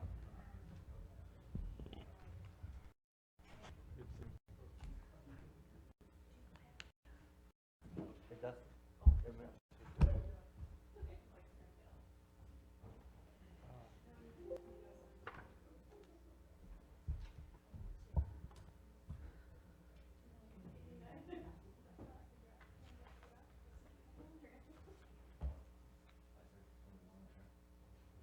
Is this being done now, Bob? No, we've got a 5-minute recess. No. It's in the family. I'm losing my hearing again, worse than what it is, and I'm even having trouble with discrimination. And when Carol sits back here. Yeah, well, don't hesitate to let me know. No. Hit me or something on this microphone. I don't know. Well, I'm never happy. You figure that out. I mean, I worked it on my Z. You're never happy. One of the things I'm looking into is to have some, to see if there's some way, because everybody's vision statement, they can't hear, they can't distinguish what's going on with you do. And one of the problems is that these microphones pick up everything, so we shuffle the papers, and they're all microphones. It's all that background noise. And they're all ones that are specific to the speaker, but I'm not gonna No, question just be patient with me. It's all right. It's all right. I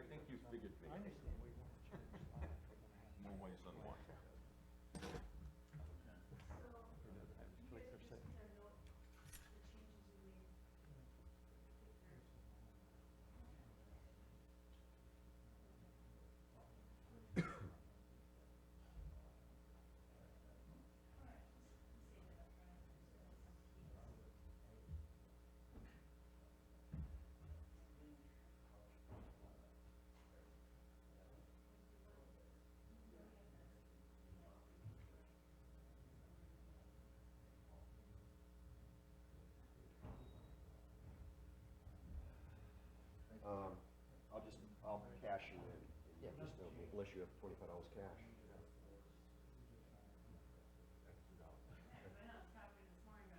I'll put it in and you just, I've written your number down there. I could drop it off later at your house. Oh, give it to me that night. Just hand it to me Friday night. Don't hand it to the people at the door, No, no. because I'll have already fronted you. We're looking for a good crowd, and, Should we eat before I go? You have enough to do? no, there's heavy hors d'oeuvres there. And beer and wine and sodas. Look at that window. See, that's why you have to have fun. Sitting there, no, don't go on that. Look, I think.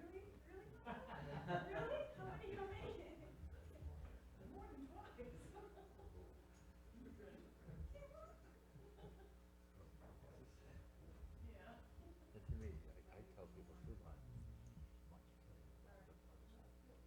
Smoke right in front of the door.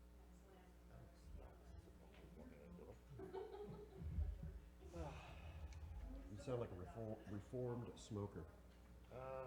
3 years. I mean, I used to smoke 2 packs a day. And Did you I really? I can't walk by somebody smoking. Well, for years, I wouldn't go to a bar or restaurant because they had loud smoking. I thought the best thing they ever do was stop the smoking.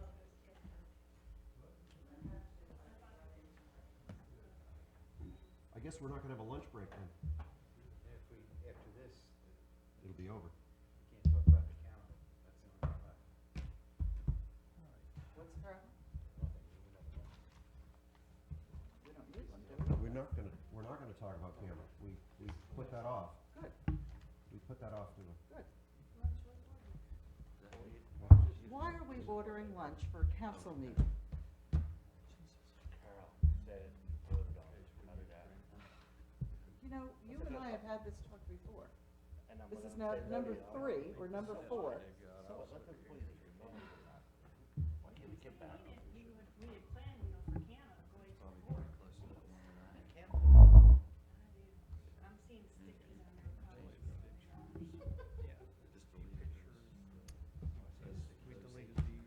Susan, No, actually, no. one of the things I want to talk to you about. We said rolling the cans back. We never said all these other duties. These are things that normally Public Works would be doing. How is this suddenly becoming a bigger part-time job?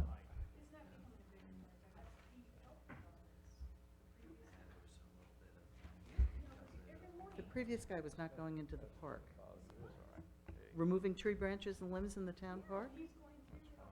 How many hours did he work? 20 hours? Oh, thank you. How many cans?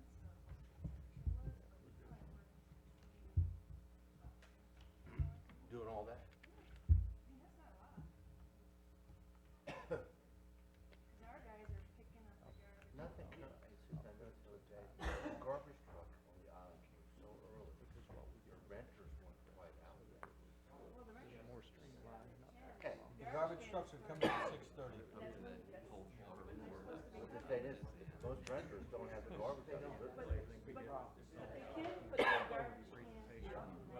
No, but the point I'm saying is even when they leave, cleaning people come out, put stuff in the garbage can and put it back out in the street, and it's out in the street again.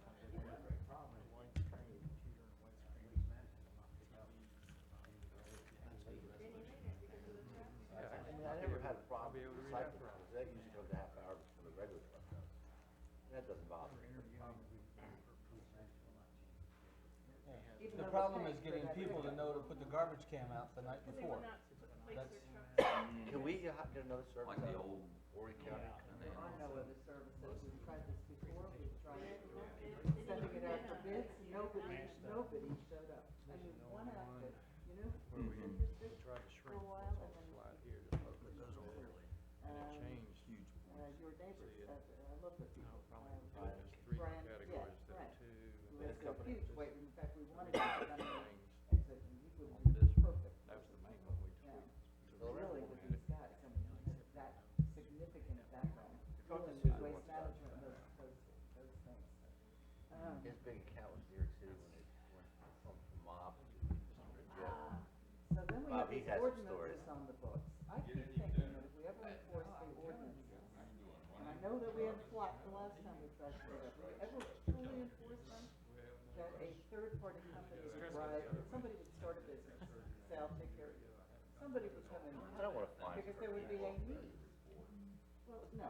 think you don't want to fine people, I think people abuse the rules. And I think there are That's a different way of looking at it. maintain the property. Why can't we help?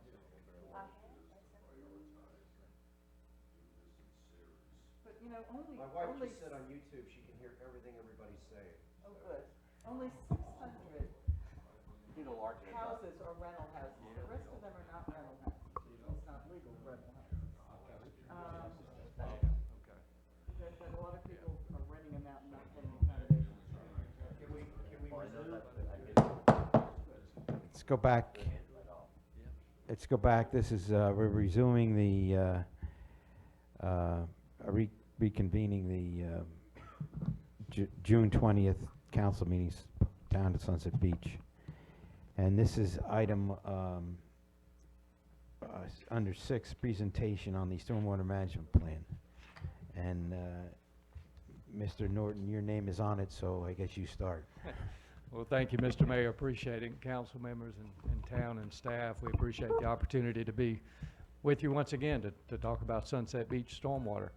Something I know near and dear to you and something that is near and dear to a lot of us in the area as well. And I think Bill's going to assume the position until Dustin arrives back for our wink for slide changes here, but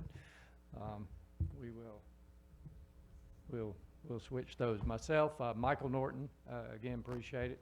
Bill Roark and John Vilas, all with McGill Associates Engineers. Pleased to be with you again today. John Vilas, yeah. And just to recap on purpose, but before we begin, there you'll note if you're following along on any hard copy slides, you'll note as you're seeing some of the overhead slides, a few tweaks on the slides here and there, wording, formatting some of the slides, perhaps especially toward the end. There are some deletions as we began going through this over the past couple of days. It became obvious we need to compress some of the data and information and to help us in summarizing some things more efficiently for you all today. I'm sure you see the magnitude of the two reports, so trying to compress a summary of that gives you an understanding in a shorter amount of time. Hopefully we've accomplished some of that. Very briefly on the purposes, as you all well know, the intent of developing some sort of stormwater management investigation and plan to look at what's in the town, in the area, what's happening with stormwater, what we need by way of repair, upgrades, modernizing what's currently existing out there. Let's evaluate, not only flood control situations where we might have ponding or standing water, but also can we implement anything that's going to help us with water quality? So let's take a look at those efforts too, and try to collect all this data and make some specific improvements that can be done by way of the capital improvement plan.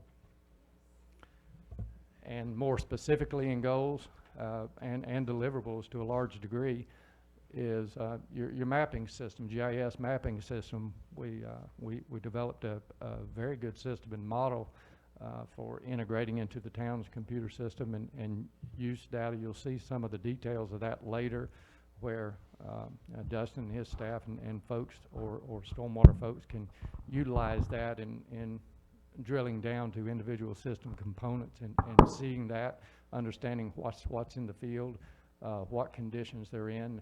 So again, you'll hear more detail of that. I don't want to belabor that here, but that was one of your deliverables, evaluating the system itself, what's there, deficiencies, water quality, mentioned that, and you'll hear some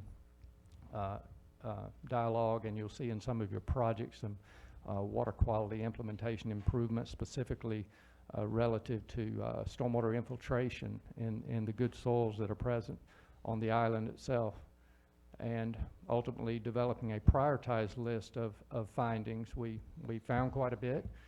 There's, for example, on the island, there's a lot of sediment in the piping. There's sediment.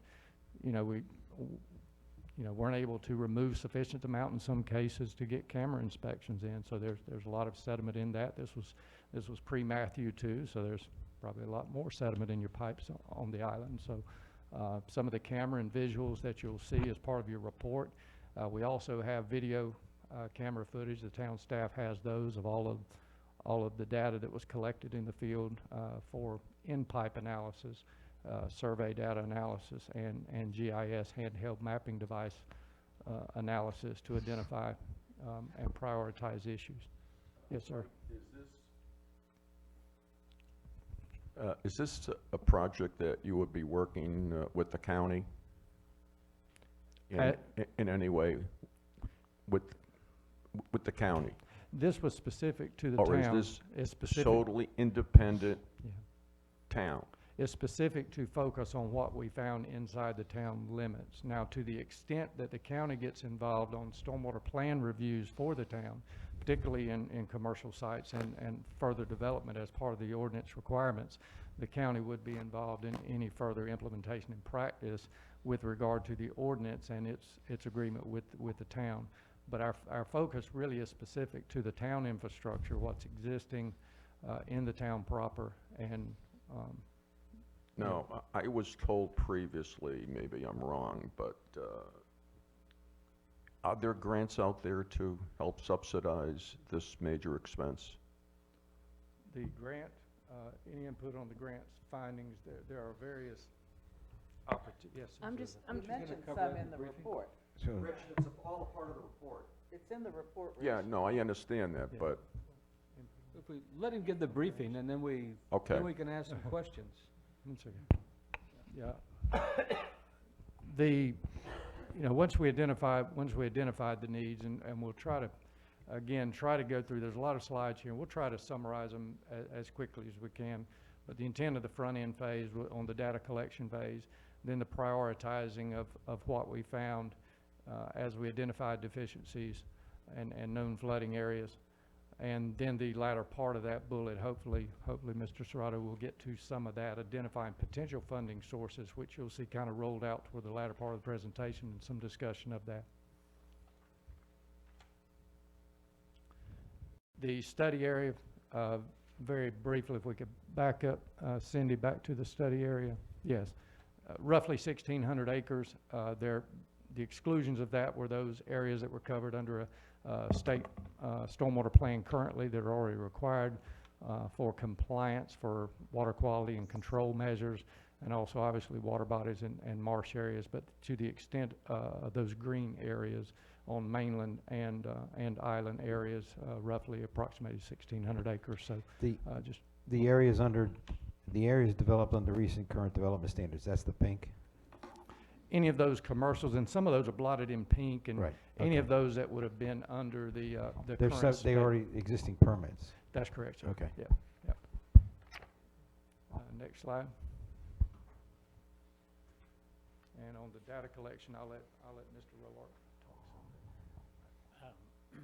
Yeah, for the data collection, we used a combination of actual X, Y, and Z true surveying grade data collection for all of the structures on the island and on the mainland that were part of the study area. We actually collected true X, Y, and Z data. We also used our tablet and collected GPS level data, and with that tablet, we were able to go around and collect information on the condition of the structures, general age, denote any blockages. We're also able to collect photographs, and then we're able to merge the survey data with that GPS level data to create the GIS information that was then used for our study, but also has now been incorporated into the town's GIS system. We also used video inspection. We used a sub-consultant, Porter Scientific, to come out and actually clean the lines to the point where we could do visual inspections to determine what deficiencies were in the pipes, areas where we had blockages, determine pipe material. Sometimes we got trying to figure out where pipes were going to or coming from.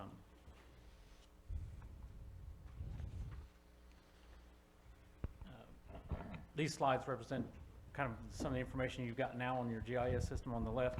It's maybe hard to see at this level, but you've got color-coded pipes. Every pipe that we identified has a size now and a material associated with that pipe. On the right-hand side, you can see we denoted areas where there's been historic flooding, and there's a layer now in the GIS that denotes where there's historic flooding, and then, again, we use that as one of the analysis tools within our study.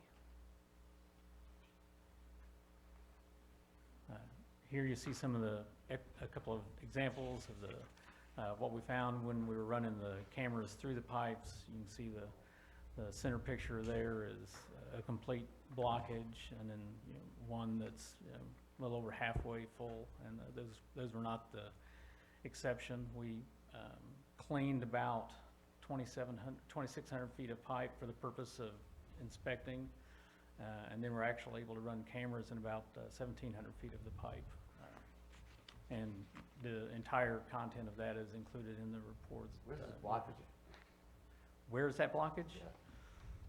Let's see, it's catch basin 129. Yeah. Sorry. Lowest been on 40th Street. Yeah, those are related to the mapping, so it relates back to a plat map. Those numbers are relating to a map in those ID systems. So. Yeah, if we had the GIS system, you could scroll through and you could. Now the blockage, is that mostly sand and silt? It's Looks like it's a a big rock variety of slide. things. Yeah, there could be rocks, silt. In one case, we literally hit a brick wall. So. You hit a brick wall. Yeah, it literally hit a brick And wall. who in had one of them. constructed that brick wall? Where did that come from? Don't know. So. And alligators, raccoons, I mean, Yeah, there yeah, were other ventures too. Yeah, I mean, sucked a gator out of one of them. So. Yeah, so it's a variety of things. But I'd say that the bulk of what was there is sediment-driven blockages.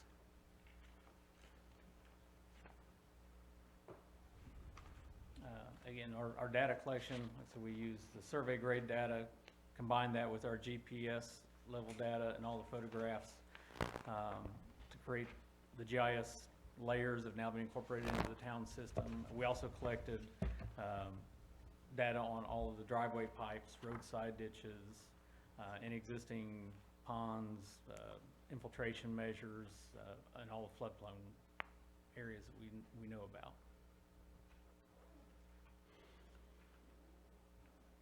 Now, for the easements, a lot of the infrastructure on the island is in stormwater easements. Some of it is not, and some of the mapping survey data we collected was intended to offer that opportunity should easements be desired in some of those areas on the island. On the mainland, the mapped easements or recorded easements were once again gone through, verifications of those made, finding obvious obstructions and encroachments into those easements, growth patterns with vegetation and trees and things that could obstruct the primary intended use of some of those flow areas as well. So we have both easements mapped that would have served for piping and underground infrastructure and also surface flow conditions. So that data was collected for both on the island and on the mainland.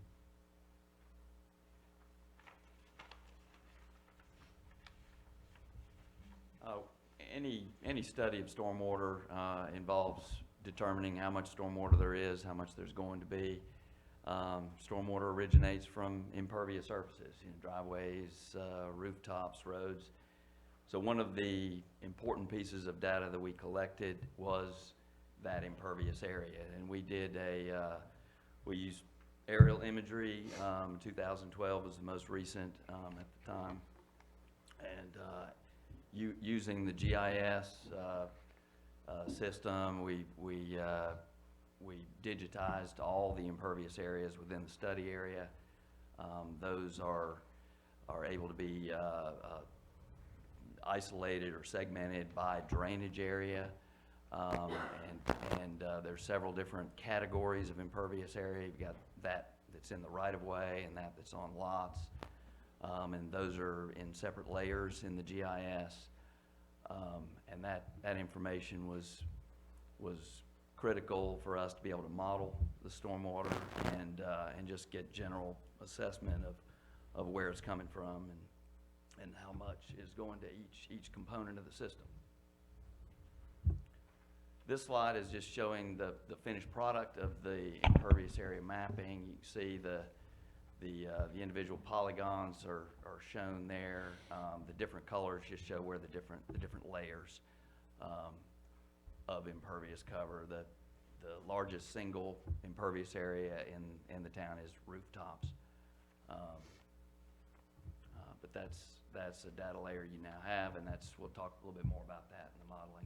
Is that why rain barrels can be so advantageous? Absolutely, absolutely. That's a good method to cut down on the amount of stormwater from rooftops. So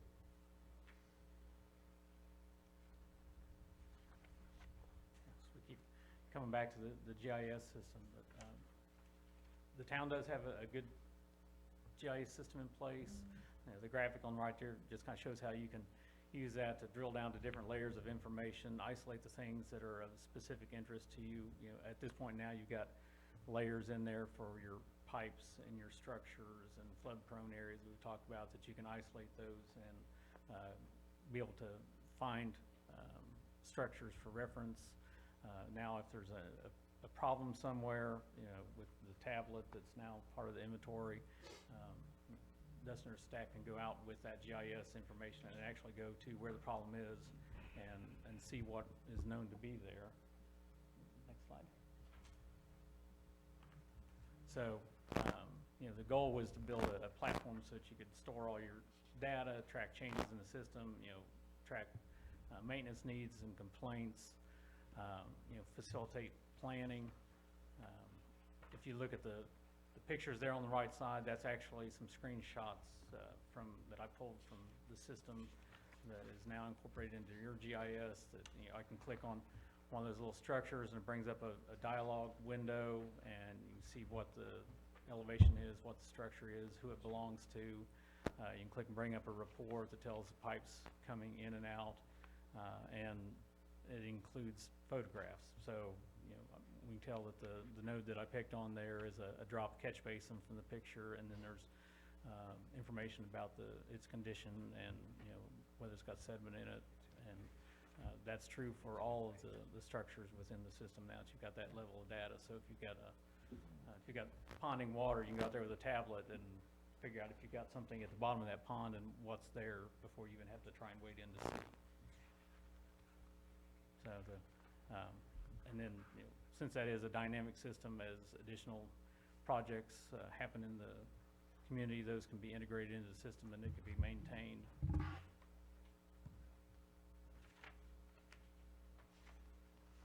So we collected all this data and incorporated it into the GIS.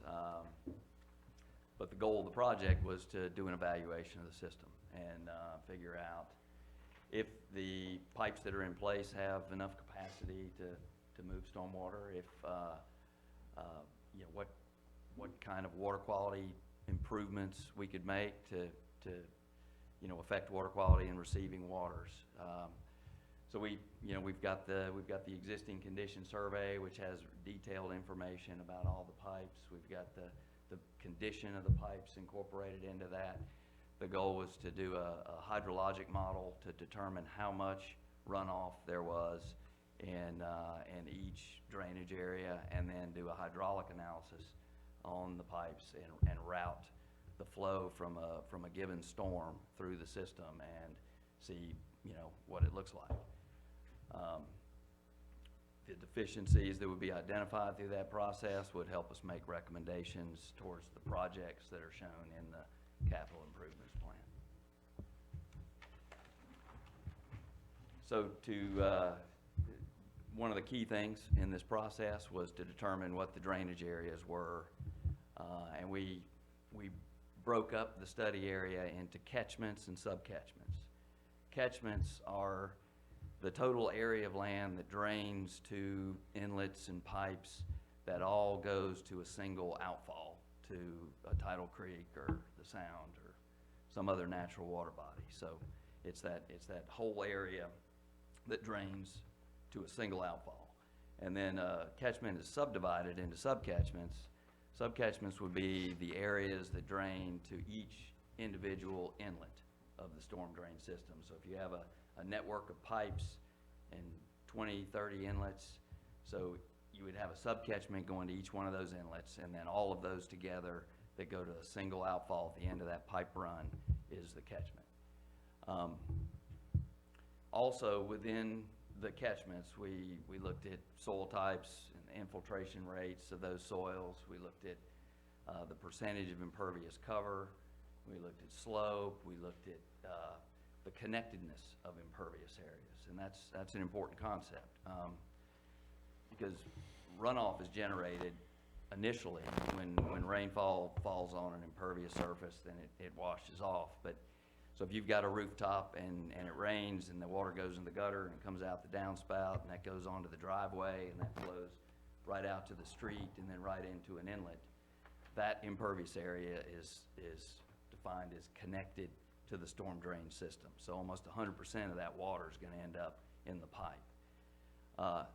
In a different scenario, if you had the same roof, the water comes down through the gutter, comes out the downspout, but it goes into the yard, or it goes into a landscaped area, or it goes into an underground gravel trench or something along those lines, then that water has a chance to infiltrate. If it's a huge storm and you get, more water than can infiltrate in that spot, and some of it ends up in the storm drain system, so be it. But those impervious areas are considered to be disconnected. And that's an important concept when it comes to water quality.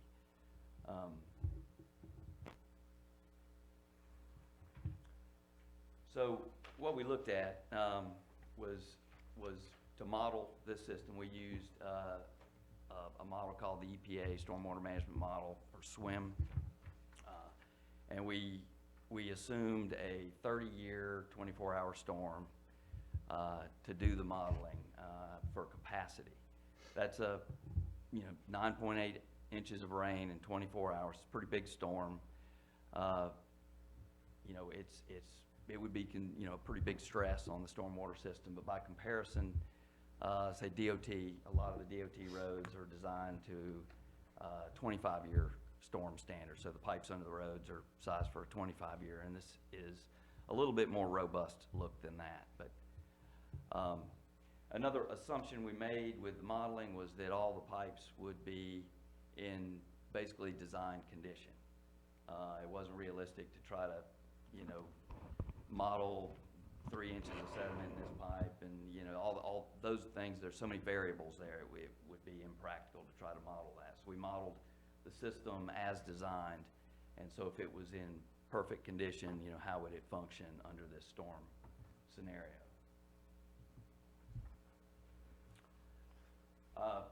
We looked at water quality in general. We reviewed existing studies and whatnot on water quality in this area, and there are many documented issues, particularly the bacteria that's affecting the shellfishing waters and causing the closure of the waters from time to time.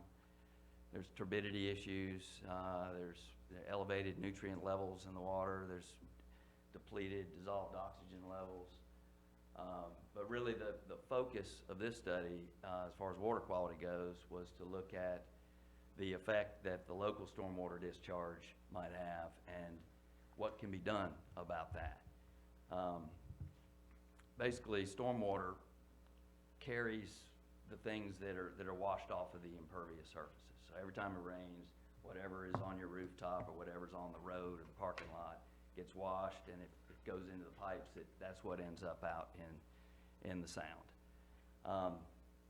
And so really, one of the most effective water quality tools is to have less total stormwater. And that ends up being, that was really the goal of our approach to water quality, was if we could reduce the total volume of stormwater discharge, we could reduce the amount of pollutants that end up in the natural water bodies around Sunset Beach. So that's the goal, reduce the total volume. There's several strategies. Source control, that's basically what it sounds like. It's trying to address stormwater where it originates, so at those impervious surfaces. In-system treatment is once you've captured that stormwater, once it's gone in an inlet, it's in a pipe, are there things that you can do at that point to reduce the amount of stormwater? And then end-of-pipe treatment would be things like basins and constructed wetlands and things like that at the outfalls.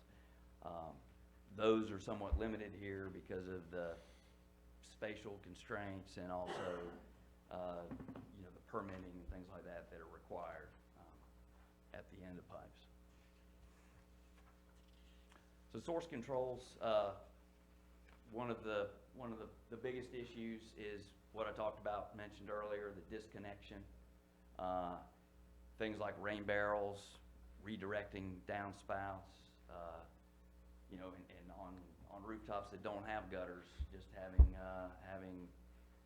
at the drip line, having something, you know, shrubbery or a landscaped area that can absorb that water.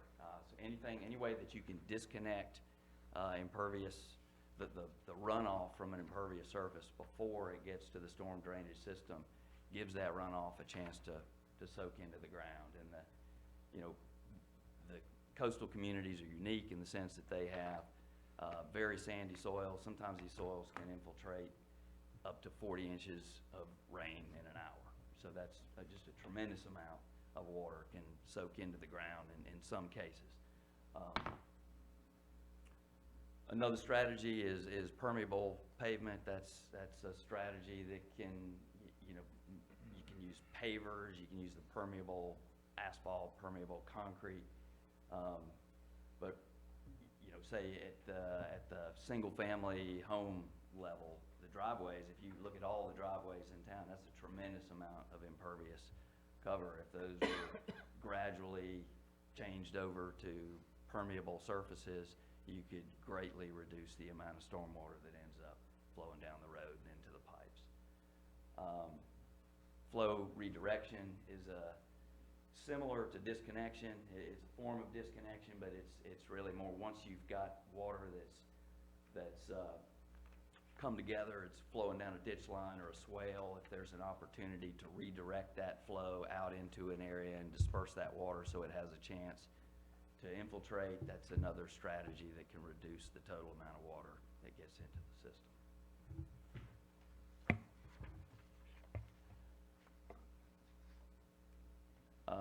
In-system treatment, the method that we've found or we feel is probably going to be the most effective here because there's not a lot of space to do things. Most of these existing pipe systems are either in the right-of-ways or they're in defined pretty narrow easements. So what we've looked at is a perforated pipe infiltration system. It's be the same configuration if you had a run of 18-inch pipe that it's normal pipe with no holes in it. You know, once the water got into it, it's just going to keep moving. With this strategy, the 18-inch pipe would now have holes in it. It would be over a gravel bed, and so a lot of that water, in fact, all of that water in some smaller storm events ends up going down and infiltrating into the ground underneath the pipe system. So that's has the potential to pretty significantly decrease the total volume of stormwater. Other strategies, we show some catch basin dry wells. That's just around the inlets that you see in town. There would be a zone of gravel, and the water would either go in the catch basin and bleed out into that gravel, or it would just go into the gravel before it even got to the catch basin. And that, again, in smaller events could eliminate all the storm water, and in larger events just take a piece out of it. The existing ponds, primarily on the island or on the mainland, aren't something to be done. They're just something to recognize that do have positive water quality benefits. You get settling of sediments, you get some biological uptake of nutrients. And there's a variety of benefits that can come from those existing ponds, so they should just be recognized for the benefit that they provide. This just illustrates the potential effectiveness of the infiltration, the perforated pipe infiltration systems. For this, I'll just briefly run through, we modeled a 3-inch, 10-hour storm on a sample catchment in the town. We had 3 different scenarios for the pipe. One was no perforated pipe, one was about half the pipe in the catchment was perforated, and one was about 90% of the pipe was perforated.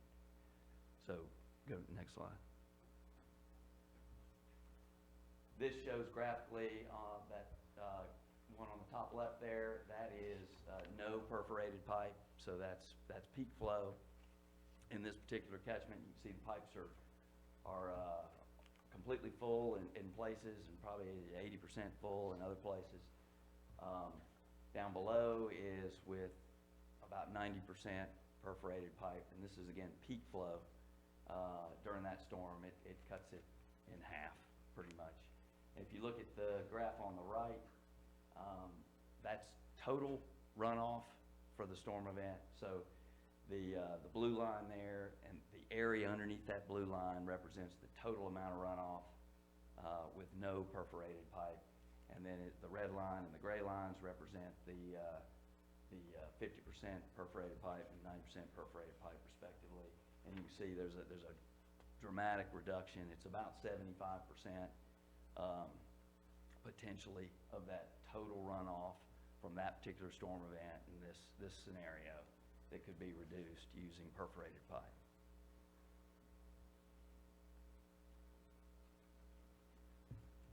So we took all the data that we collected, and all the analysis of the existing conditions and systems, and distilled all that into a proposed capital improvement plan that's within our documents provided to you.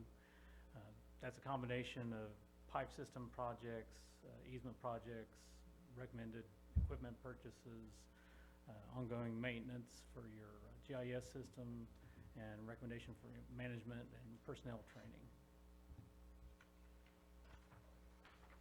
So the pipe projects, we've got about 21 proposed pipe projects.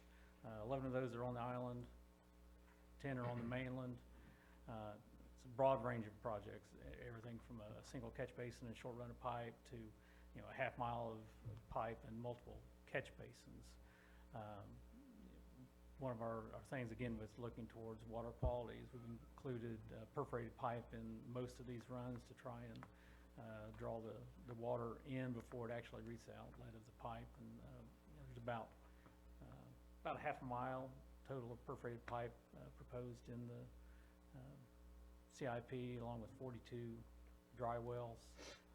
In the CIP, those are ranked based on need, based on a multi-criteria ranking system, and then those were organized from most urgent to least urgent.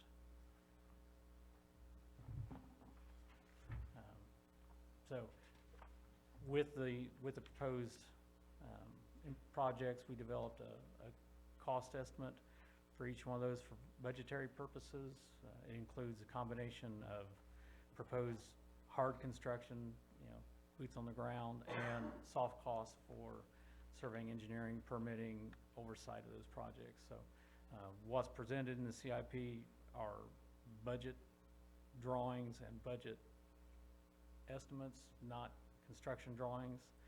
So it would take another level of effort to turn those into actual construction projects. So each of the cost estimates that's in the CIP includes the hard costs and the soft costs and all those, and those are programmed into those, the 5 and the 10-year plan that's in there. And another of the slides that have been consolidated, a lot of this information you'd heard earlier, but what Bill just mentioned on the structure side, as far as projects on the easement side, those were primarily identified on the mainland area. The easements that were existing on the island, a lot of those are already in place, as mentioned before, and there's opportunity with some of the survey data gathered to obtain additional easements where there's some infrastructure on the island, should the town wish to do so.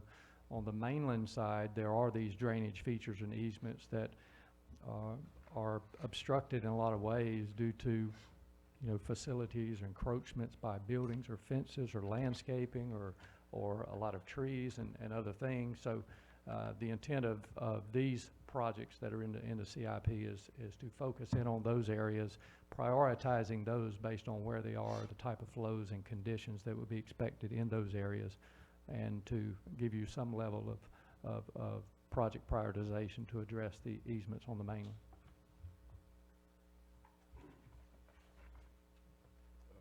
Councilman Larkin? Excuse me. Good job. It's very concise. Obviously, paying for this is a key component of council and our citizens and tax dollars.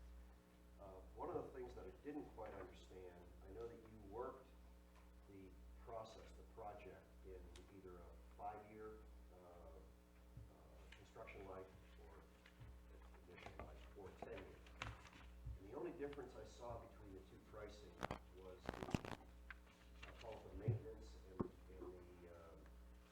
support of the GIS system.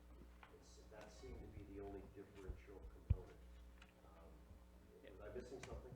No, that was really just saying, all right, if you choose to do all these in 5 years, here's how much money it's gonna take. So they are roughly the same numbers, and the reason it's different on the 10 years, because you've got an additional 5 years that you're paying the O&M that's incorporated into that CIP. So it's not that that's a fixed cost after 5 years. You're done. The O&M for those things continue to roll on, but it's really just capturing the 5 and 10 year. This is what it takes to complete everything that's in the CIP. Okay. All right, I didn't know if I was missing something, because Susan, obviously, we're going to have a cost to maintaining our GIS system. Peter. Sorry. We're going to have a cost in maintaining our GIS system, whether we're in the process of implementing the stormwater system or whether we're just using it to maintain, monitor maintenance, monitor issues, monitor events. Yes, in addition, we use the GIS for inundation maps, for, FEMA flood maps. I mean, our GIS, this is one area of our GIS. We use our GIS system for streets, drainage, I already said mapping, county mapping. Again, it's just one element. So we're already doing it, but just not to the extent that we have been. This is another layer with the photographs and such. But we wouldn't be subcontracting that GIS implementation out during the process of stormwater management. We would have somebody on staff because we'd be using it for other purposes as well. Well, that is the goal, yes. Dustin has gone to some training. Hiram has some background on it, and I don't know, until we get started, I don't know how much outsourcing we will have to do. I don't know how much we can do in-house, and I don't know how much we can do out-house until we actually get started. But the GIS work of this is not going to add to the cost of the GIS system at all. I mean, it shouldn't. If you have a system, a GIS system, you've got a GIS system. Well, we need to either operate it or we need to sub out the service for that. And there's upgrades that you need to do. I mean, it's not a static system. Software and things like that fit this program. Licenses. But I think Carol's right. I think the system is the system. We're Fellas, just- is there We're going to any be using it for this. direct expense to the homeowners? When we do all this maintenance, is there any direct? I don't know that that's a question for the consultant. Well, I suspect there would be some cleanup, depending on the project, that some houses might be affected more than others.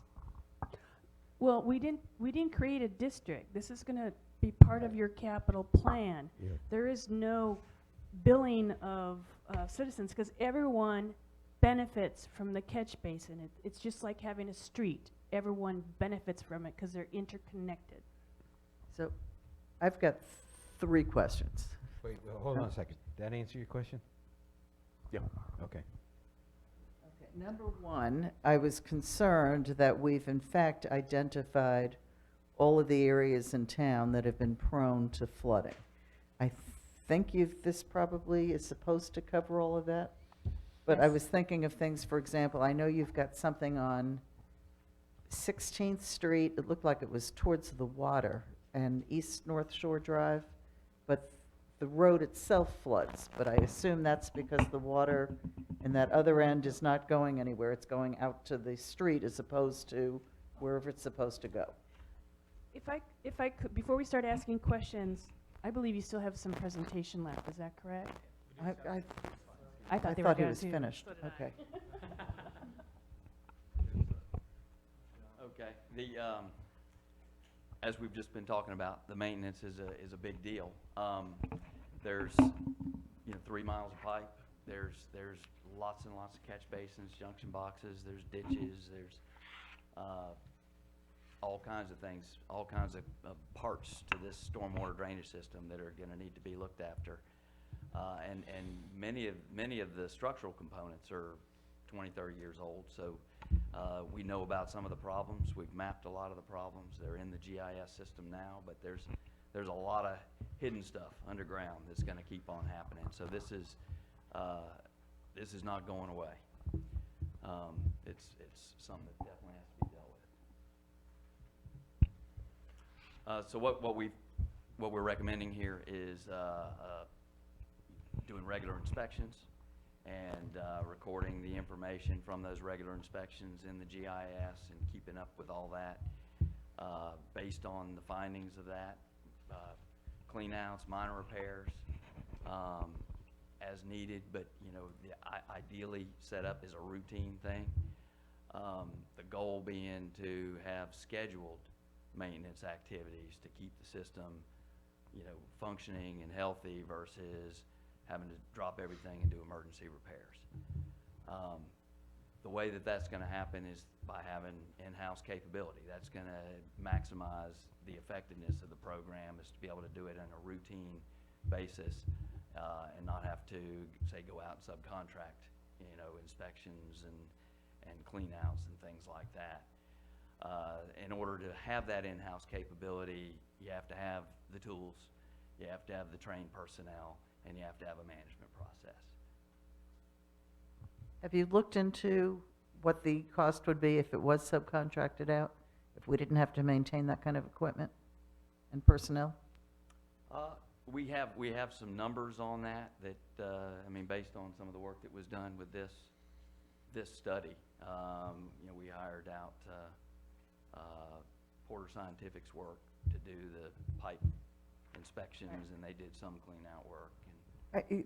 There's a lot of money. You're talking about over $1 million in equipment, personnel costs, and things like that. What would happen if we had a contract with somebody to routinely maintain this? How much does that cost? I can't imagine our people are going to be using this equipment and working on this 40 hours a week. Yeah, I wouldn't think so. So it might be less expensive if there was an outfit out there routinely doing this type of work. And there are a number of. So we don't know what that would cost as opposed to keeping it in-house. Of course, you'd have to go out and bid to have solid numbers, but what we had for this project worked out to be about $5 a foot for cleaning and then $5 a foot for inspection. And based on the total numbers, so on what we did, that was a roughly $22,000 effort just to, and that wasn't to fully clean, that was to clean pipes well enough to inspect them and get the camera in, so. I would just suggest that I wouldn't agree to these kinds of equipment purchases, personnel things, whatever, unless I knew whether or not there was an outfit out there who could take over that responsibility, and I didn't have to buy all those trucks, and I didn't have to keep all those people. Because I don't think this is a 40-hour-a-week job. Well, Carol, if I can just intervene, with all due respect, I don't think it's time to get into the weeds of how we're going to maintain it.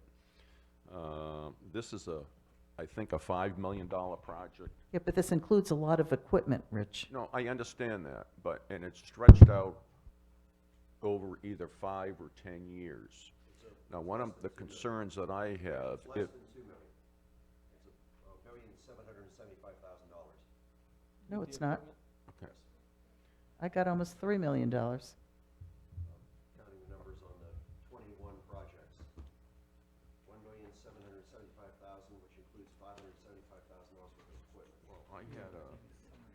I had a cost profile that, oh, don't let me get it.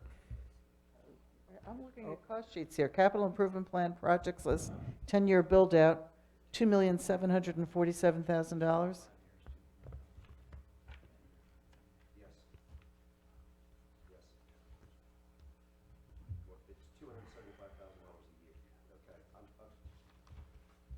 Microphone. Anyway, I have a concern about, I don't know what the useful life of the equipment is. What if the truck breaks down after 6 years and you Why gotta don't buy we go- another go through the $400,000 briefing, truck? And then we can ask all those things. Well, I'm just saying, that was, one of my concerns was costs, and I also don't think, in a lot of places, you have certain things that are not built in. There were some engineering costs, permitting costs, easement acquisition costs. I still don't have a handle on what this whole thing would in fact cost the town. It says in this chart, and I'm just reading it, capital improvement plan, five-year build-out, and it says, total for full implementation, 2.5 million. Is that correct? We just went I mean, through, that's what, now, if this is extrapolated out to 10 years, which you also have a schedule, go. Susan? Put that on because my hearing days are numbered. Again, if I could, if we could let them finish. It's still and not then on. we can give them direction All right, to come back and speak to these items That's fine. regarding financing. I'm very accommodating. anyway, I had. Okay, proceed. So Proceed. costs was one concern I have. I don't think it's completely fleshed out. Okay. Whether or not we've in fact addressed problem areas in the town. Let's let them finish the presentation. Susan just yelled at me. All right, would you please proceed with the presentation?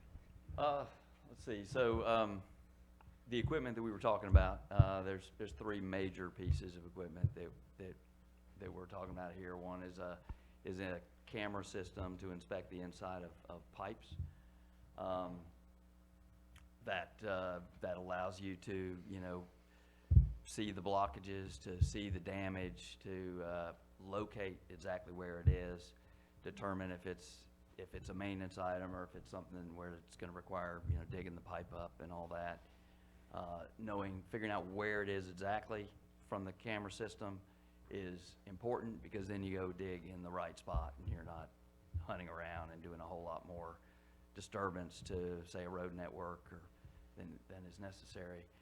The combination hydro vacuum truck that facilitates cleaning out those blockages, doing regular maintenance at the catch basins, pulling the sediment up out of the catch basins, maintaining just the system in general to keep it functioning. Obviously from the photos of the Porter Scientific study that are in the report, you can see there's a tremendous amount of sediment in the system, and even if there wasn't any more delivered to it, there's an awful lot of cleanup to be done right now. But we know that that's going to be an ongoing thing every time it rains hard with these sandy soils and pretty much unstabilized ground. You're getting more and more material washing into the system. The street sweeper would be of benefit to clean off things like the pervious pavement, the pavers in the park, areas like that, but also just getting some of the sand off the roads that would otherwise wash back into the systems, keeping the bike lanes clear and that kind of thing. The GIS system that we've talked about so much here, that does require maintenance. It's got to be, it's got to be upgraded from time to time, or updated from time to time. The data input from the field tablets, it may need, cleaning. You have to go through, sometimes if you just keep dumping data in, you end up with a lot of redundancy, maybe some some bad data, and you just, every so often, you need to go through and clean and maintain that data system so it doesn't, so it maintains its usability. Also, periodic updates of things like the impervious surface layer or, you know, new development information or major changes in the system may require some assistance to upgrade that.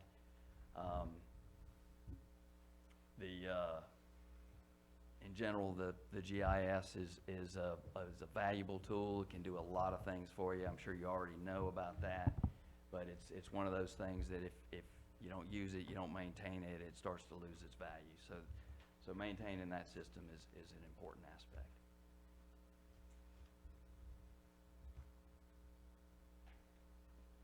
We're getting close. We're getting close. Yeah, so next step is adopting, you know, a CIP in some format, whether it's what we've presented or some derivation that y'all choose is different than what we've presented in a different year format. You know, establish some sort of process for overseeing the stormwater program and the GIS and coordinating all the activities. Identify the budgetary funding process and methods. You know, going forward, longer range, you know, we want to review the CIP every year. Like I said, what's in the report are budget estimates, but you'll need to look at those, make sure they're tracking with construction trends. You know, if things continue like they are, those numbers should be fine, but you just never know what might spike things in the economy, a change in material costs that could affect that, or a change in labor costs. You know, as you move forward with the CIP projects that are identified, you'll want to review those, make sure you're getting the results that you want from those.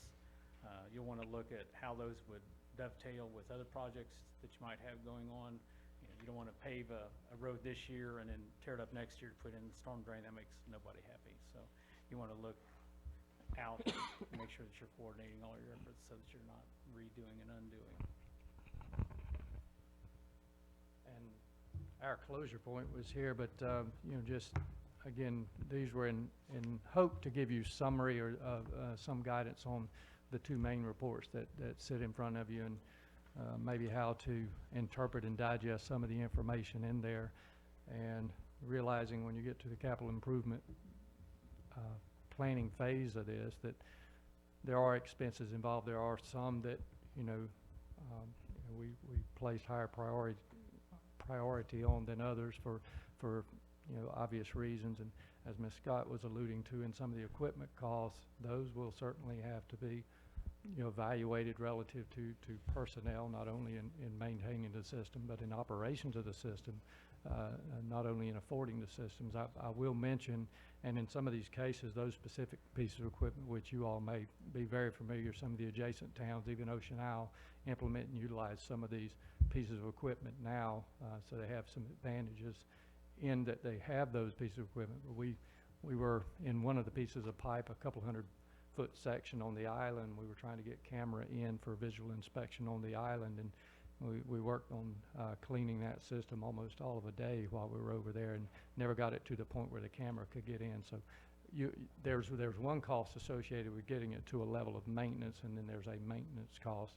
And even our correspondence with the sub-consultant that helped us with this, as we were trying to, you know, evaluate some of those potential costs, there was even uncomfort at his level deciding, okay, it depends on the scope, depends on the magnitude. Are we going to clean everything first? That's one item. And is it going to be every pipe in the town, mainland, island?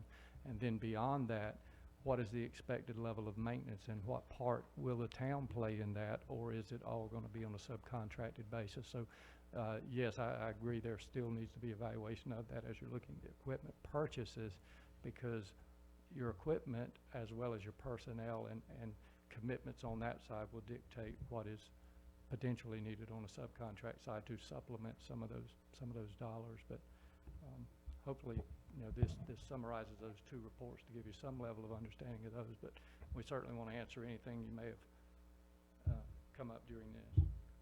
One of the things you mentioned was that there's excluded areas from the stormwater study. A lot of the areas on the Sea Trail and seem to be excluded. And then on the island, the Riverside, North Shore, and a couple of areas there, why are those excluded? The exclusions were based on all of the collected data and past history and current permits from NCDEQ and all of those. We and the staff were able to pull in file that demonstrated where there are existing stormwater management plans that already govern water quality and or flood control issues.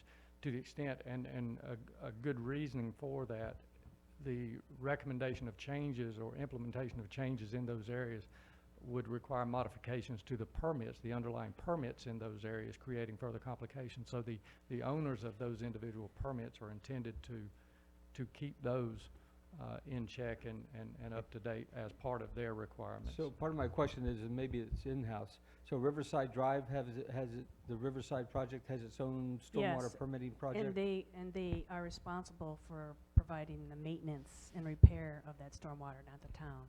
Okay, They're- and Carol, down where you live? No, it's because You- it's a stormwater You have your permit. own stormwater That whole permitting? area has its own stormwater permit, which affected, how many square feet you have to build and whatnot. I mean, each lot is assigned an impervious area. Okay. But not that I'm aware of.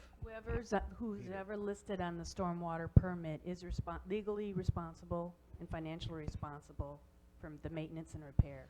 And then there's the one area that used to be called the campground area, sort of between Cobia and 16th Street, south of North Shore. That's also I'm just kind of curious. Is there one property owner there that permitted that whole area? Well, It's just yeah. I mean, if I can, maybe Dustin can answer it. Yes, there's one permit holder for that area. Yes, there is. If I can, Okay. It's where it floods. correct me, Sure. my understanding of this whole process, the stormwater management plan process, is that there's a stormwater management plan after, 2008 was when the state first required stormwater permits? Well, not much before it. But at any rate, there was a point in time where there was no state permit requirement. And then if you were going to develop real estate after whenever that state requirement came in, you had to apply for and receive a state stormwater management plan, permit. And that permit, under the state regulations, is issued in the name of the applicant for the permit. And they're responsible under state regulations to maintain the system and certify it. I understood it was like every 10 years or something like that. There To are the- certification requirements and continued maintenance requirements. to the state.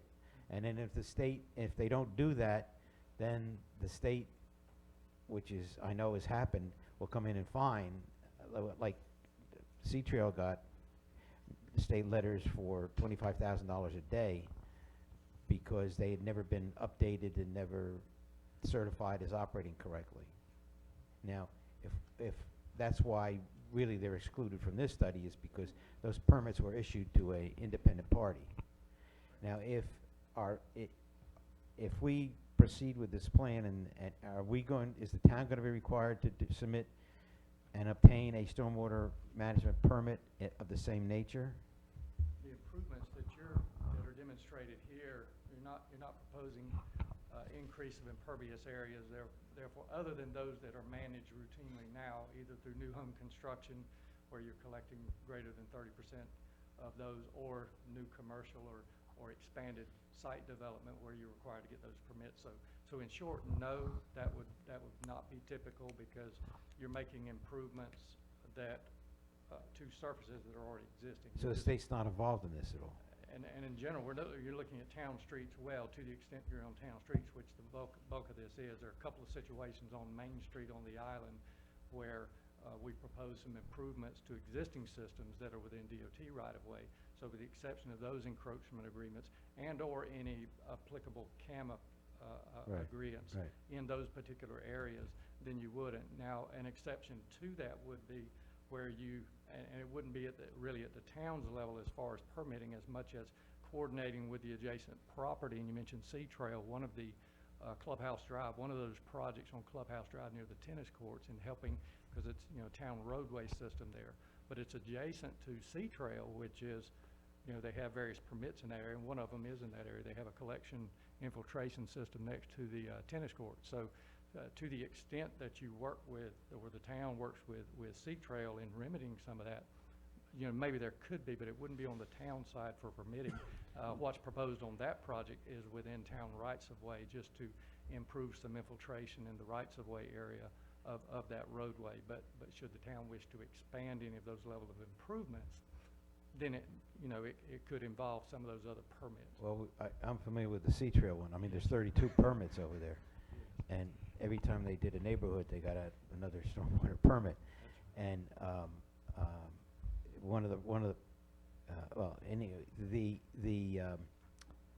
any new development, any undeveloped piece of property, I'm not talking about a single lot, but any undeveloped piece of property would have to apply for and receive a stormwater permit, correct, from the state?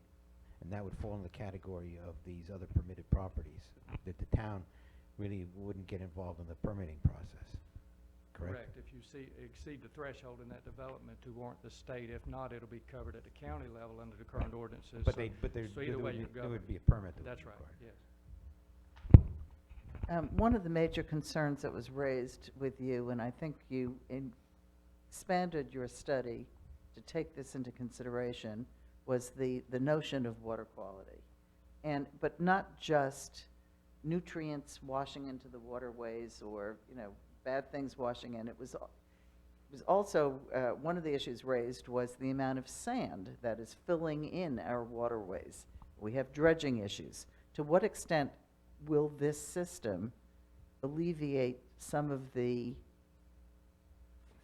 flows? I know you talked about having perforated pipe, but is that enough to take into consideration the kinds of water quality we're seeking in this town?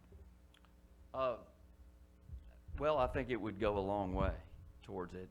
And if you look at the overall program that we're recommending, the reduction in volume and stormwater discharge is going to definitely reduce the amount of sediment that gets into the waterway. I mean, the stormwater is what carries it in there, and so if you've got less stormwater being discharged, you're going to have less sediment. But also the maintenance activities that would end up getting the sediment out of the pipes that's already there and reducing the amount of sediment that's available to go into the pipes by just cleaning the streets and doing different things like that, all that is going to play into reducing the total amount of total suspended solids that. And I understand that, but what I'm seeing is pretty much perforated pipes. Are there other innovative methods, people are looking into all different methods of controlling stormwater, and the only thing I see in here is pretty much perforated pipes. Well, What else should we be looking Carol, at? they're also they highlight things like dry wells and how to change the infiltration coefficient, if you want, of the amount of water that gets to an inlet, to a catch basin. And they also highlighted very clearly that if we keep the bike paths and streets cleaner, get that sand back up onto the property, then that sand that is not going to end up in the inlet and then into our waterways. Susan, you went to, was it at Oak Island? Yes, it was. Can you talk about that, and what were they doing that's not covered by this plan? Oh, we're doing the same thing they're doing. As far as inlet bags, actually, they're going beyond what, and you can That's speak what I'm to it if asking. you wish to. But they're cleaning their streets, they're cleaning their inlet bags. We're doing it, they're just doing it on a more regular basis. They're doing the perforated pipe. Anything else? Infiltration swales. Yes, swales. That's the same thing that we've started doing. So But the bioretention trenches. But things like dry wells or rain gardens, Mhm. really the only place they can be implemented is in the development process, correct? Yeah, well, the dry wells we're showing around the inlets. Okay. And that's an opportunity within the right-of-ways and within that drainage system. And, bear in mind that the storm drainage system there's not a lot of extra space to work. You've got pretty narrow corridors within which that existing system exists. But yeah, you can do that, and we're also talking a lot about or endorsing the LID practices that are already in your guidance manual to be used at the single family level, and that's the biggest effect of that is going to again be that source control and reducing the total amount of water, and that's really the key. If you can do all those little things and reduce stormwater at every point that it's generated, you reduce that volume, you reduce those pollutants that are going into water bodies, and that's going to have the biggest water quality. What did you mean by LID requirements? The low impact development Okay. requirements, things like rain barrels and taking your gutter drainage and having small rain gardens or underground gravel trenches and things like that. Mayor? Susan? That was one element of Oak Island, because they had an active committee.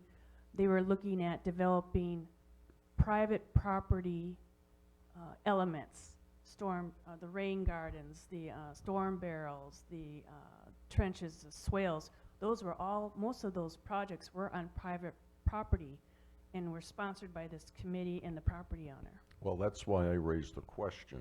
I mean, the property owners are going to be assessed any direct expenses related to this project? No, they agreed to do it as part of the overall community And my commitment to other, it. and my other concern is that there's an expectation, we live in a coastal community, we're gonna have flooding. But there seems to be, from the people that I talk to, that this is going to solve our flooding concerns. And it's not. No, it's going to mitigate or lessen, Right. but And I think the community needs to understand that. Yeah. They don't think they're gonna have flooding any longer, and it- that's not it- true. Yeah, it but only there- takes there's- one category one. There's a huge difference, though, between a 10-year storm creating flooding and a 100-year event creating flooding. And of course, what you're Yeah. talking about is the extreme event. We're going to have flooding.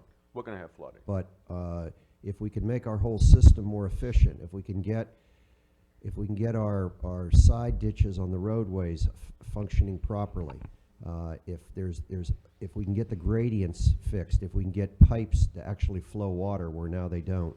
Right now, it fills in the catch basin and then it floods the whole neighborhood. Or remove the brick walls. Yes.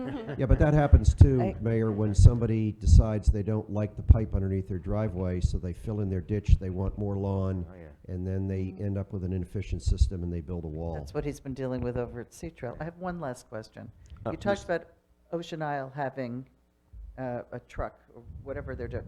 What other towns in our area, in Brunswick County, let's look at Brunswick County, has any other town done a project of this extent? Has anybody else started tackling their stormwater plan as a whole? Are we the first one? In this particular area, I know town of Calabash has us looking into a few things. I know town of Carolina Shores has an extensive look over the past year of some things going on.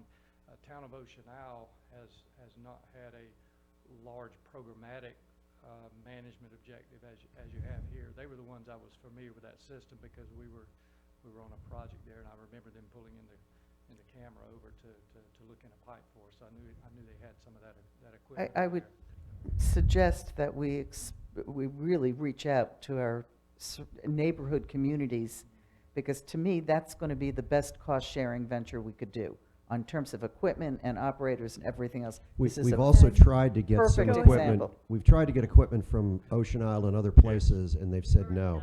They've said no. Yeah, we've already asked about the borrowing the equipment, and they said no. They wouldn't. No, there's a difference between borrowing equipment, and there's difference in sharing expenses and sharing costs. Well, the Ocean Isle already has a vacuum truck and camera. And are they using it 40 hours a week? Well, These are questions to ask. I- We I should be can't answer. pursuing this Exactly on a right. cost-sharing thing for every single surrounding jurisdiction, because there may be huge economies of scale. available if we reach out? We can ask the question again, but we'll It's see. how you ask, it's what questions are you asking, and how you're asking it, and who you're meeting with. I'm just saying, this is to me something that we better explore thoroughly. Mr. Mayor, there's a lot to consume here, and we're not going to consume it in the next 5 or 10 minutes. This is a major project. It's going to cost about $3 million. There's reality and expectation. It's not going to happen overnight. Oak Island just went through this same kind of exercise. May I suggest that we have the planning board look at this? I think we need more eyes and more ears. Well, I didn't anticipate that a decision was gonna be made this morning on. You're being It's- cut off. Having anything to do with it. Susan? This is really not a planning board issue. This is our maintenance and control of both our right-of-ways and our water quality and our streets, to be perfectly honest, and our retention areas. It's our overall infrastructure regarding stormwater. It's really not a planning board decision. Doesn't involve zoning.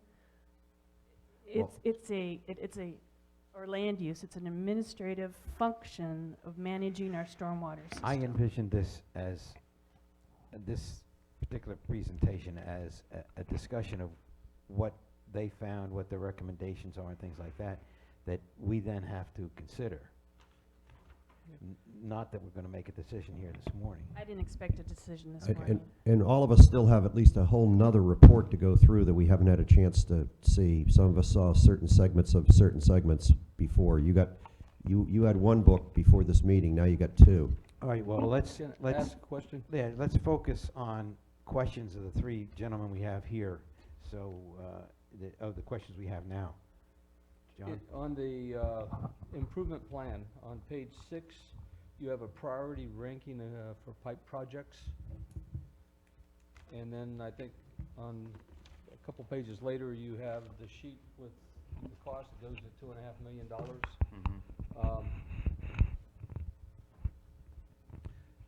Is sort of the implication there that first we go down and cover the priority projects and then go through the rest of them on that list? I mean, This- if we were to do everything? The table on page 6 is just the pipe system projects. It doesn't include the easement projects. Okay. And because those were, That's why my numbers were shy by about $700,000 over the ones that Rich was talking about. those projects were just, they're dealing with a more complex set of issues that allowed for a more rigorous prioritization approach. Okay, than the is this easement project. comprehensive then in terms of the pipe projects that need to be done? That Or just? table on page 6 is all the pipe system projects. The table on page, I guess before page 8 is, that's all the projects. That includes the easement projects, pipe projects, and also the equipment and some of the maintenance, like GIS maintenance. Okay, And sort of where are we in the this- cost on the easement things? I Well- think this may be what you're getting No, at a bit? No, what I'm trying to get is a sense of, as we look at this and figure out, one, do we need to do all of these projects for this thing to work or to have benefit? 2 is what kind of thinking do we need to have in terms of prioritization of mixing, which pipe projects we're gonna do in year 1 and which easement projects we're gonna do in year 1, and then how we flow that program out there.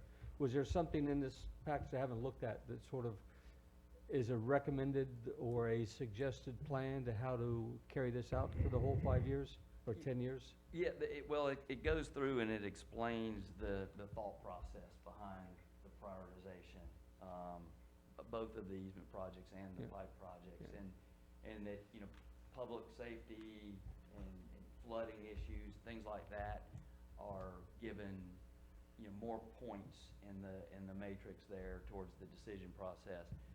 Because they would affect more people and certainly public safety is a big issue. But that's something we could adjust.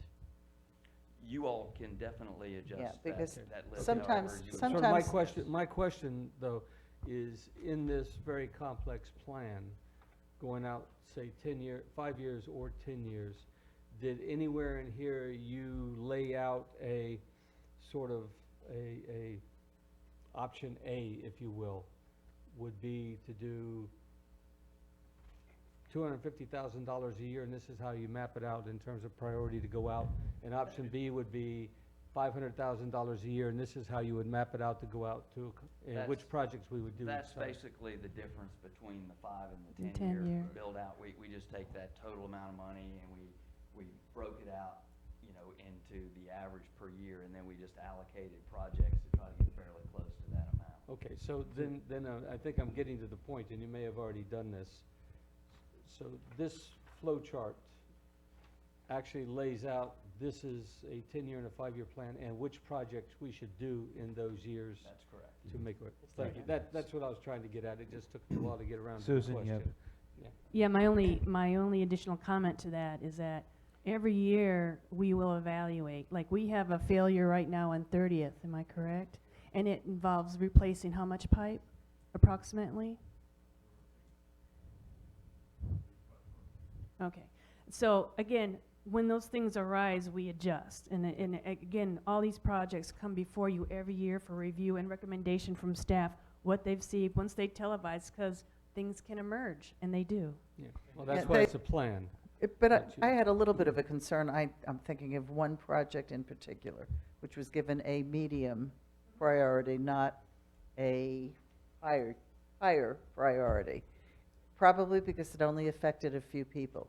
But the effect that that particular project has is pretty dramatic. So I can see saying, you know what, maybe it only affects a few people, but that really needs to be moved up. Do you want to Because- speak to the prioritization process? She's referring to Miss Fell's property, which is on catchment 36. Trying to look out for you, Kathy. Yeah, I know she's here. She's a medium, and it is, I think it's number 4 or Asked 5 before on the you list. showed up. It's number 4 or 5 on the list, correct? Yeah, Dustin? but in fairness, it's medium with a ranking of 7, and the one above it is high with a priority of 8. Yes. So it's a fine, they had to draw a line there, but it's. So it's something Yeah. we could talk to you about, and perhaps these things can be adjusted because of the human effect. And I think as John mentioned, you may find needs and things that have changed and upstream of that one, there's some improvements recommended that will actually impact that one as well. So Okay. in some cases, they are. Well, So it's really talking to you guys in more Yeah, in some detail pla- on a in some places specific it's thing. connected, and we mentioned some unknowns. I mean, there's pipe systems, we could get the camera in, so we may find something, or Dustin may get a sinkhole. Got it. Well, there's, what I envision, the way this process would work is that there's local knowledge that we would all have, where it might change some of this prioritization, that we would have to then talk to the engineers and the Right. experts about it. But you would have to have that local input into it. But you need their expertise, Oh, no, because as he yeah, just can't- said, something upstream could Yeah, really we have can't- an We can't effect. say, do it this way. And But we if you did- look at we that- did attempt to average things so that it was not a case of if this is a mile-long section of road, it gets higher points because it affects this number of people. We tried to scale that so that it Oh, well, when you did did it, take that when into you did it, account. you It wouldn't have didn't been artificially aware, inflate you wouldn't have been aware of particular issues with it, as to how you prioritize them. You did it on a general basis. But this plan that they have has catchment 36, that's the one we're talking about, right? As the first year project. Yeah, and then there's a high priority one, number 7, that takes up almost all of the year 2 project. I mean, so, Thank you know, for what it's worth, without any injection of individual concerns. I appreciate that. You actually have it, that particular issue covered the first year, once we figure out what the first year is gonna be. Sure. I if think there's it's the gonna be a cost first year. numbers that are going to be the most difficult to really pin down more accurately. And if I had any request or way to proceed, it would be to get a better sense of some of those things that have not yet been identified, where you say it's not included. Because until we really know that and get a sense of, you know, and again, what's the useful life of the equipment? I can't make a decision about whether or not it makes sense to purchase it or farm it out. I mean, I just don't have a feel for that yet. On the equipment, Carol, like you said, there was a day that we spent trying to clean out just 200 foot of pipe, and we only could get 150. That was as far as we could get, and we had to quit on 1 day and a half of trying to clean that pipe out, and still couldn't get the camera down it. So we could spend the whole amount, $300, $400 some $1,000 to clean the whole system out. At that time, you already paid for a truck and a camera system. That we can keep it ourselves, and I'm we not can go out disputing there. that, but I don't, Yeah. the numbers there are not, Okay. I'm not comfortable yet. I don't have enough information, is what I'm saying. Well, I- The rental of those trucks have to be incredible, right? Yes, Very expensive. yes, and plus you got So to dispose. Carol, How if long there's do only- they- if what's there's their only one useful life? pipe, Yes. these pipes haven't been done ever. We have to Right. go through the whole town and do it. You need a Yeah. truck. Yes, you could spend 2 or 3 days, probably not even a week, trying to clean out one section of pipe. And then, like I said, it's $5 a foot. And plus you got to keep running the camera down it to see how much more you got in there. So it goes hand in hand. All right, so you've got one set of costs associated with getting the system cleaned out and fixed. Mhm. There's a separate issue with continued maintenance. And again, I'm just trying to get a handle on that. I don't think I have that Well, yet. I was gonna ask a question. What do you think that's needed to help you get a handle on it? Good question. For one thing, I guess identifying some of the costs that have not been identified. You specifically say some costs have not been shown. Carol, they've Yeah. already gone through their Because we could- process, though, of investigating Yes. what they could find and putting priorities on it, putting, making an estimate of the condition. How do They're we- not going any further. How do we get costs for the easements? How do we go proceed without knowing what that might be? And that's very difficult, because that's going to be a case by case, and maybe that Susan or Dustin go out and talk to homeowner A, and they say, well, yeah, I'll give you an easement because you're going to make my life better.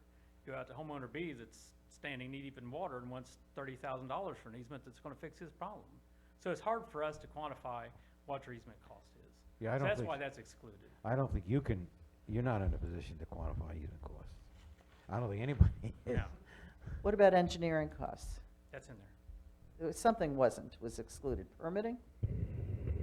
Permit fees. Permit fees, do we have any, that's not gonna be a significant No, amount, it's is not a it? significant No. number, and it Permit depends on the fees. size of Okay. the project that you do. What's how the much useful life of the equipment you're proposing? That would be helpful to know.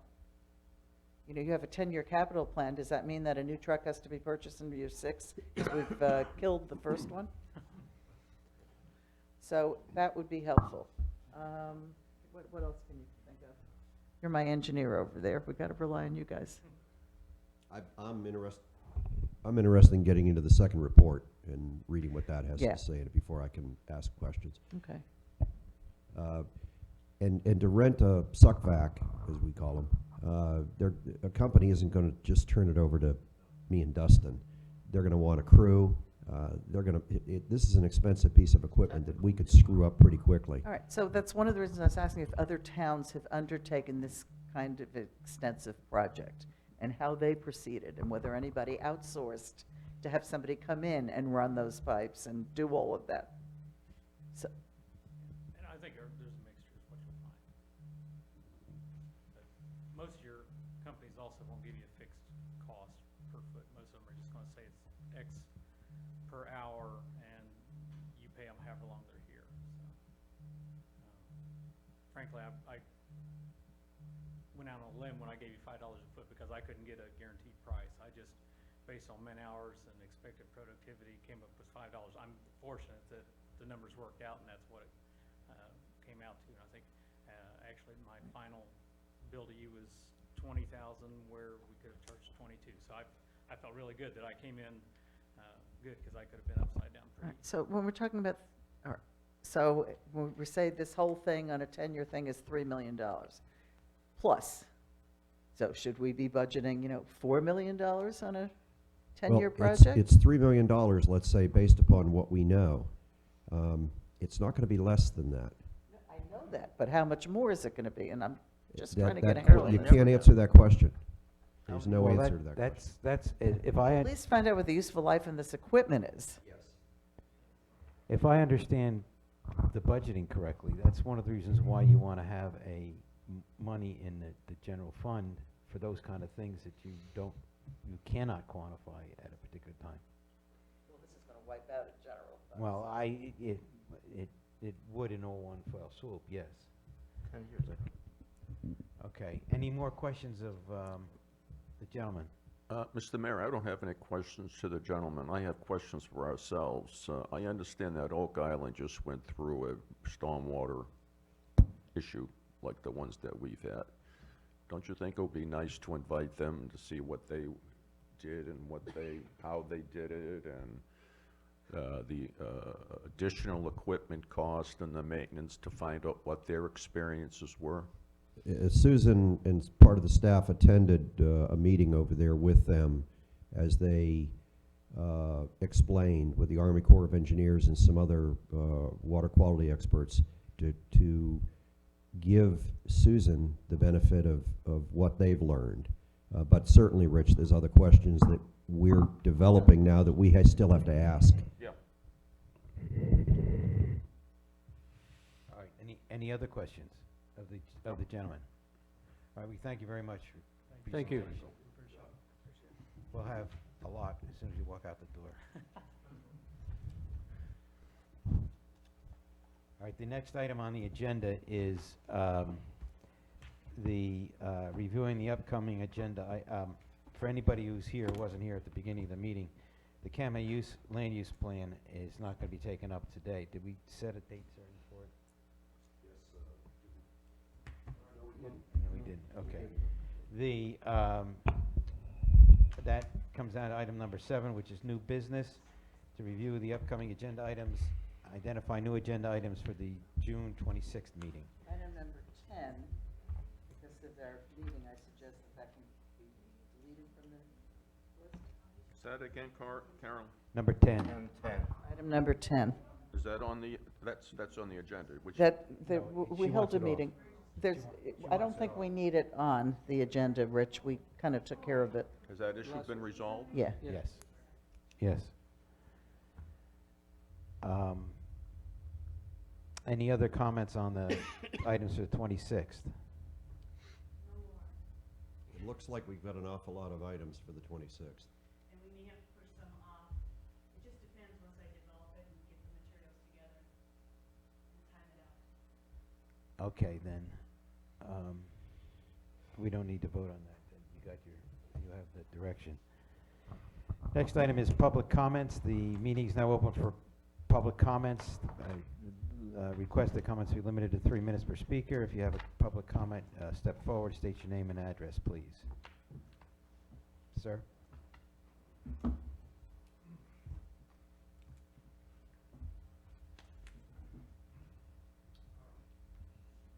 Lenny Lewandowski, 554 Metcalf Drive, Southwest. Mrs. Scott, you were saying that in view of us being annexed, there should be some method we might be able to come up with that we could address the issues of a roadway. Now, It's a factor to be considered. okay, to be considered. Now, this morning, Dwayne Lewis said they fixed our roads after they did the sewers. That's not true. They destroyed the other side of the street with the heavy equipment, chewed it all up. They never fixed it. Now, if they fixed one pothole somewhere, maybe, I don't know about it, but I know on the other side of the street, they destroyed about 2 feet of roadway, just pieces. Did you report that? Because that was the I- county. Yeah. The Well- whole sewer project was No, county and I county run. I told the people there, I said, listen, you're tearing up the street here. They said, oh, well, we're gonna fix it. Don't worry about it. We're gonna fix it. These are the people that were doing the work. Now, they never did. I know they did Shoreline, and they did a number of other streets, but they neglected our street. Now, to get back to the issue this morning with Dwayne Lewis, we've been paying full taxes since we were annexed about 11 to 12 years ago. You have not done one bit of work on our roads for that time. If you decide, that your lawyer decides, well, it's not up to state standards, we're not gonna do anything for them. The easiest solution that I can see is decide what portion of your budget goes for road maintenance in the town here. And either lower our taxes by that rate or cut us a fund at the end for that amount. Then this way, we're getting our service and everything's fine. It's an idea. The idea, though, is applicable to a whole lot more streets than Metcalf. And other issues. Well, if they're not getting their service and are paying full I tax, understand. shouldn't, I mean, I it's understand. morally, I understand. shouldn't we do something here? I understand. I mean, you're taking our money and you're doing nothing for us. It's almost like you're stealing from us. I understand the point. Well, That's my point, okay? I Right. mean, we gotta come up with something. And poor Dwayne Lewis has been that, for what, 13 years now? And I think the man's gonna have a stroke over it. I mean, really, you know, he come up here with all this paraphernalia today, and he was cut off. But I know you say you're gonna look into it. That's not a bad idea I came up with there, Thank you. okay? Thank you. Thank you. Jim?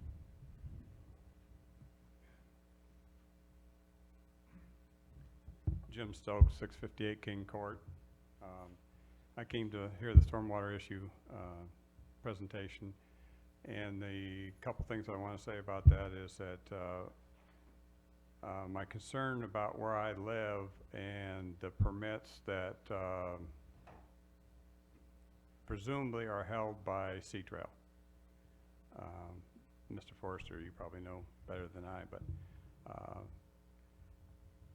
we feel like we're in no man's land there, and my concern is, and it was alluded to earlier in some of the questions, is working with other communities surrounding us or areas surrounding us that feed into our system, or we may be pushing water off on them, or they may be pushing water off on us.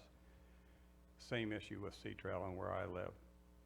You know, if we as a town don't work together and get all the permits working together to come up with a solution, then we're patching. It's like a pair of jeans with a patch here and a patch there. It's not gonna work long term. And so my question is, does the town or Brunswick County have any leverage to try to make all the permit holders address the problem at one time? I'll address that to Susan. We've had this discussion. No, the town does not have that authority. It could be the county. It just depends on the issue, or the state. It depends if it's a major stormwater permit. It depends if it's a minor stormwater permit. I would ask that you contact Bridget at the county, and she probably could give you more information regarding what process you can take. But the town, because it's not under our regulation, they don't work for us, it's very difficult for us to, because we don't have any jurisdictional authority over them. But the state does, as does the county. I'm making a note. Somebody had asked me a question outside of a meeting about a stormwater issue, and I referred them to Bridget. I'll email you the contact information for her. She's, is she at the county? Yeah, she's at the county level. But with regard to, this is from my understanding, this is not gospel, but from my understanding, with regard, there were a number of permits held by, the state regulations require that permits have to be updated periodically. I thought it was 10 years, but it's some term. And there have to be certifications that they're updating and operating correctly, and that was never done with a number of the C-Trail permits. And the Division of Water Quality, I think that's the right office, sent them a letter saying you haven't done it, we haven't gotten these updates, and we're going to start fining you $25,000 a day. Now, this was 3 years ago. And the permits were assigned, well, they weren't assigned, but the state, there's a regulation that you cannot assign a stormwater permit from one person to another until it's up to date and certification is up to date and operating correctly. The problem encountered with C-Trail is that they went to bankruptcy, and C-Trail Corporation does not exist anymore, and those were in the name of the C-Trail Corporation. And the regulations prohibit a direct assignment to the new owner. And, but the state is recognizing that the new owner is the holder of the permit. I'm talking about the developer owner, not individual property owner. And they're the ones that are responsible for complying with the Division of Water Quality certifications and that kind of stuff. And they worked out some of what I got was, when I was not in government at the time, but I was working with the individual that they had hired to identify those problems. And that's where most of this information came from. And he was successful in getting the state to suspend those, whatever they were going to do with those fines and whatnot. And it's been, you know, I don't know how many years since that conversation took place. And they still haven't been brought up to date. And as far as I know, in conversations with the Master Association board over there, because we're dealing with road conveyances, and they're tied to the stormwater system, and so the town can't even entertain accepting any dedication of roads or acceptance of roads until they know about the stormwater system, and you know, it's a catch-22. so I don't know. Bridget, who Susan mentioned, is a local representative in the Division of Water Quality through the county that would be able to answer some of those questions, but it's not easy. It is not easy. Yeah, well, and from my understanding, Sea Trail Corporation, not Sea Trail, but Sunrise Corporation, the current owners of Sea Trail have done a water study, a stormwater study north of Calabash River, but nothing south of Calabash Right, well, River. that's because the land south of the Calabash River was developed before there was a stormwater permit requirement. And only the land north have stormwater permit requirements, and there's 32 permits that have been issued for that area, and that includes Oyster Bay, Oyster Point too. But that area, the stormwater presentation that and the consultants that we had retained looked at the unpermitted areas of Sea Trail, and they've identified several areas. The report identifies several areas within the Sea Trail property that is part of the report where there needs correction. Yeah, time-wise. Yeah. Anyway, yeah, that's that's where we are with that. Yeah, if you'll forward that name to me, Yeah, I'll send I'll you the follow name. up with it. Thank you. We have a lot of miles to go before we sleep. Any other members of the public wish to comment? None appearing. I'll entertain a motion to adjourn. So move. Those in favor? Aye. Opposed?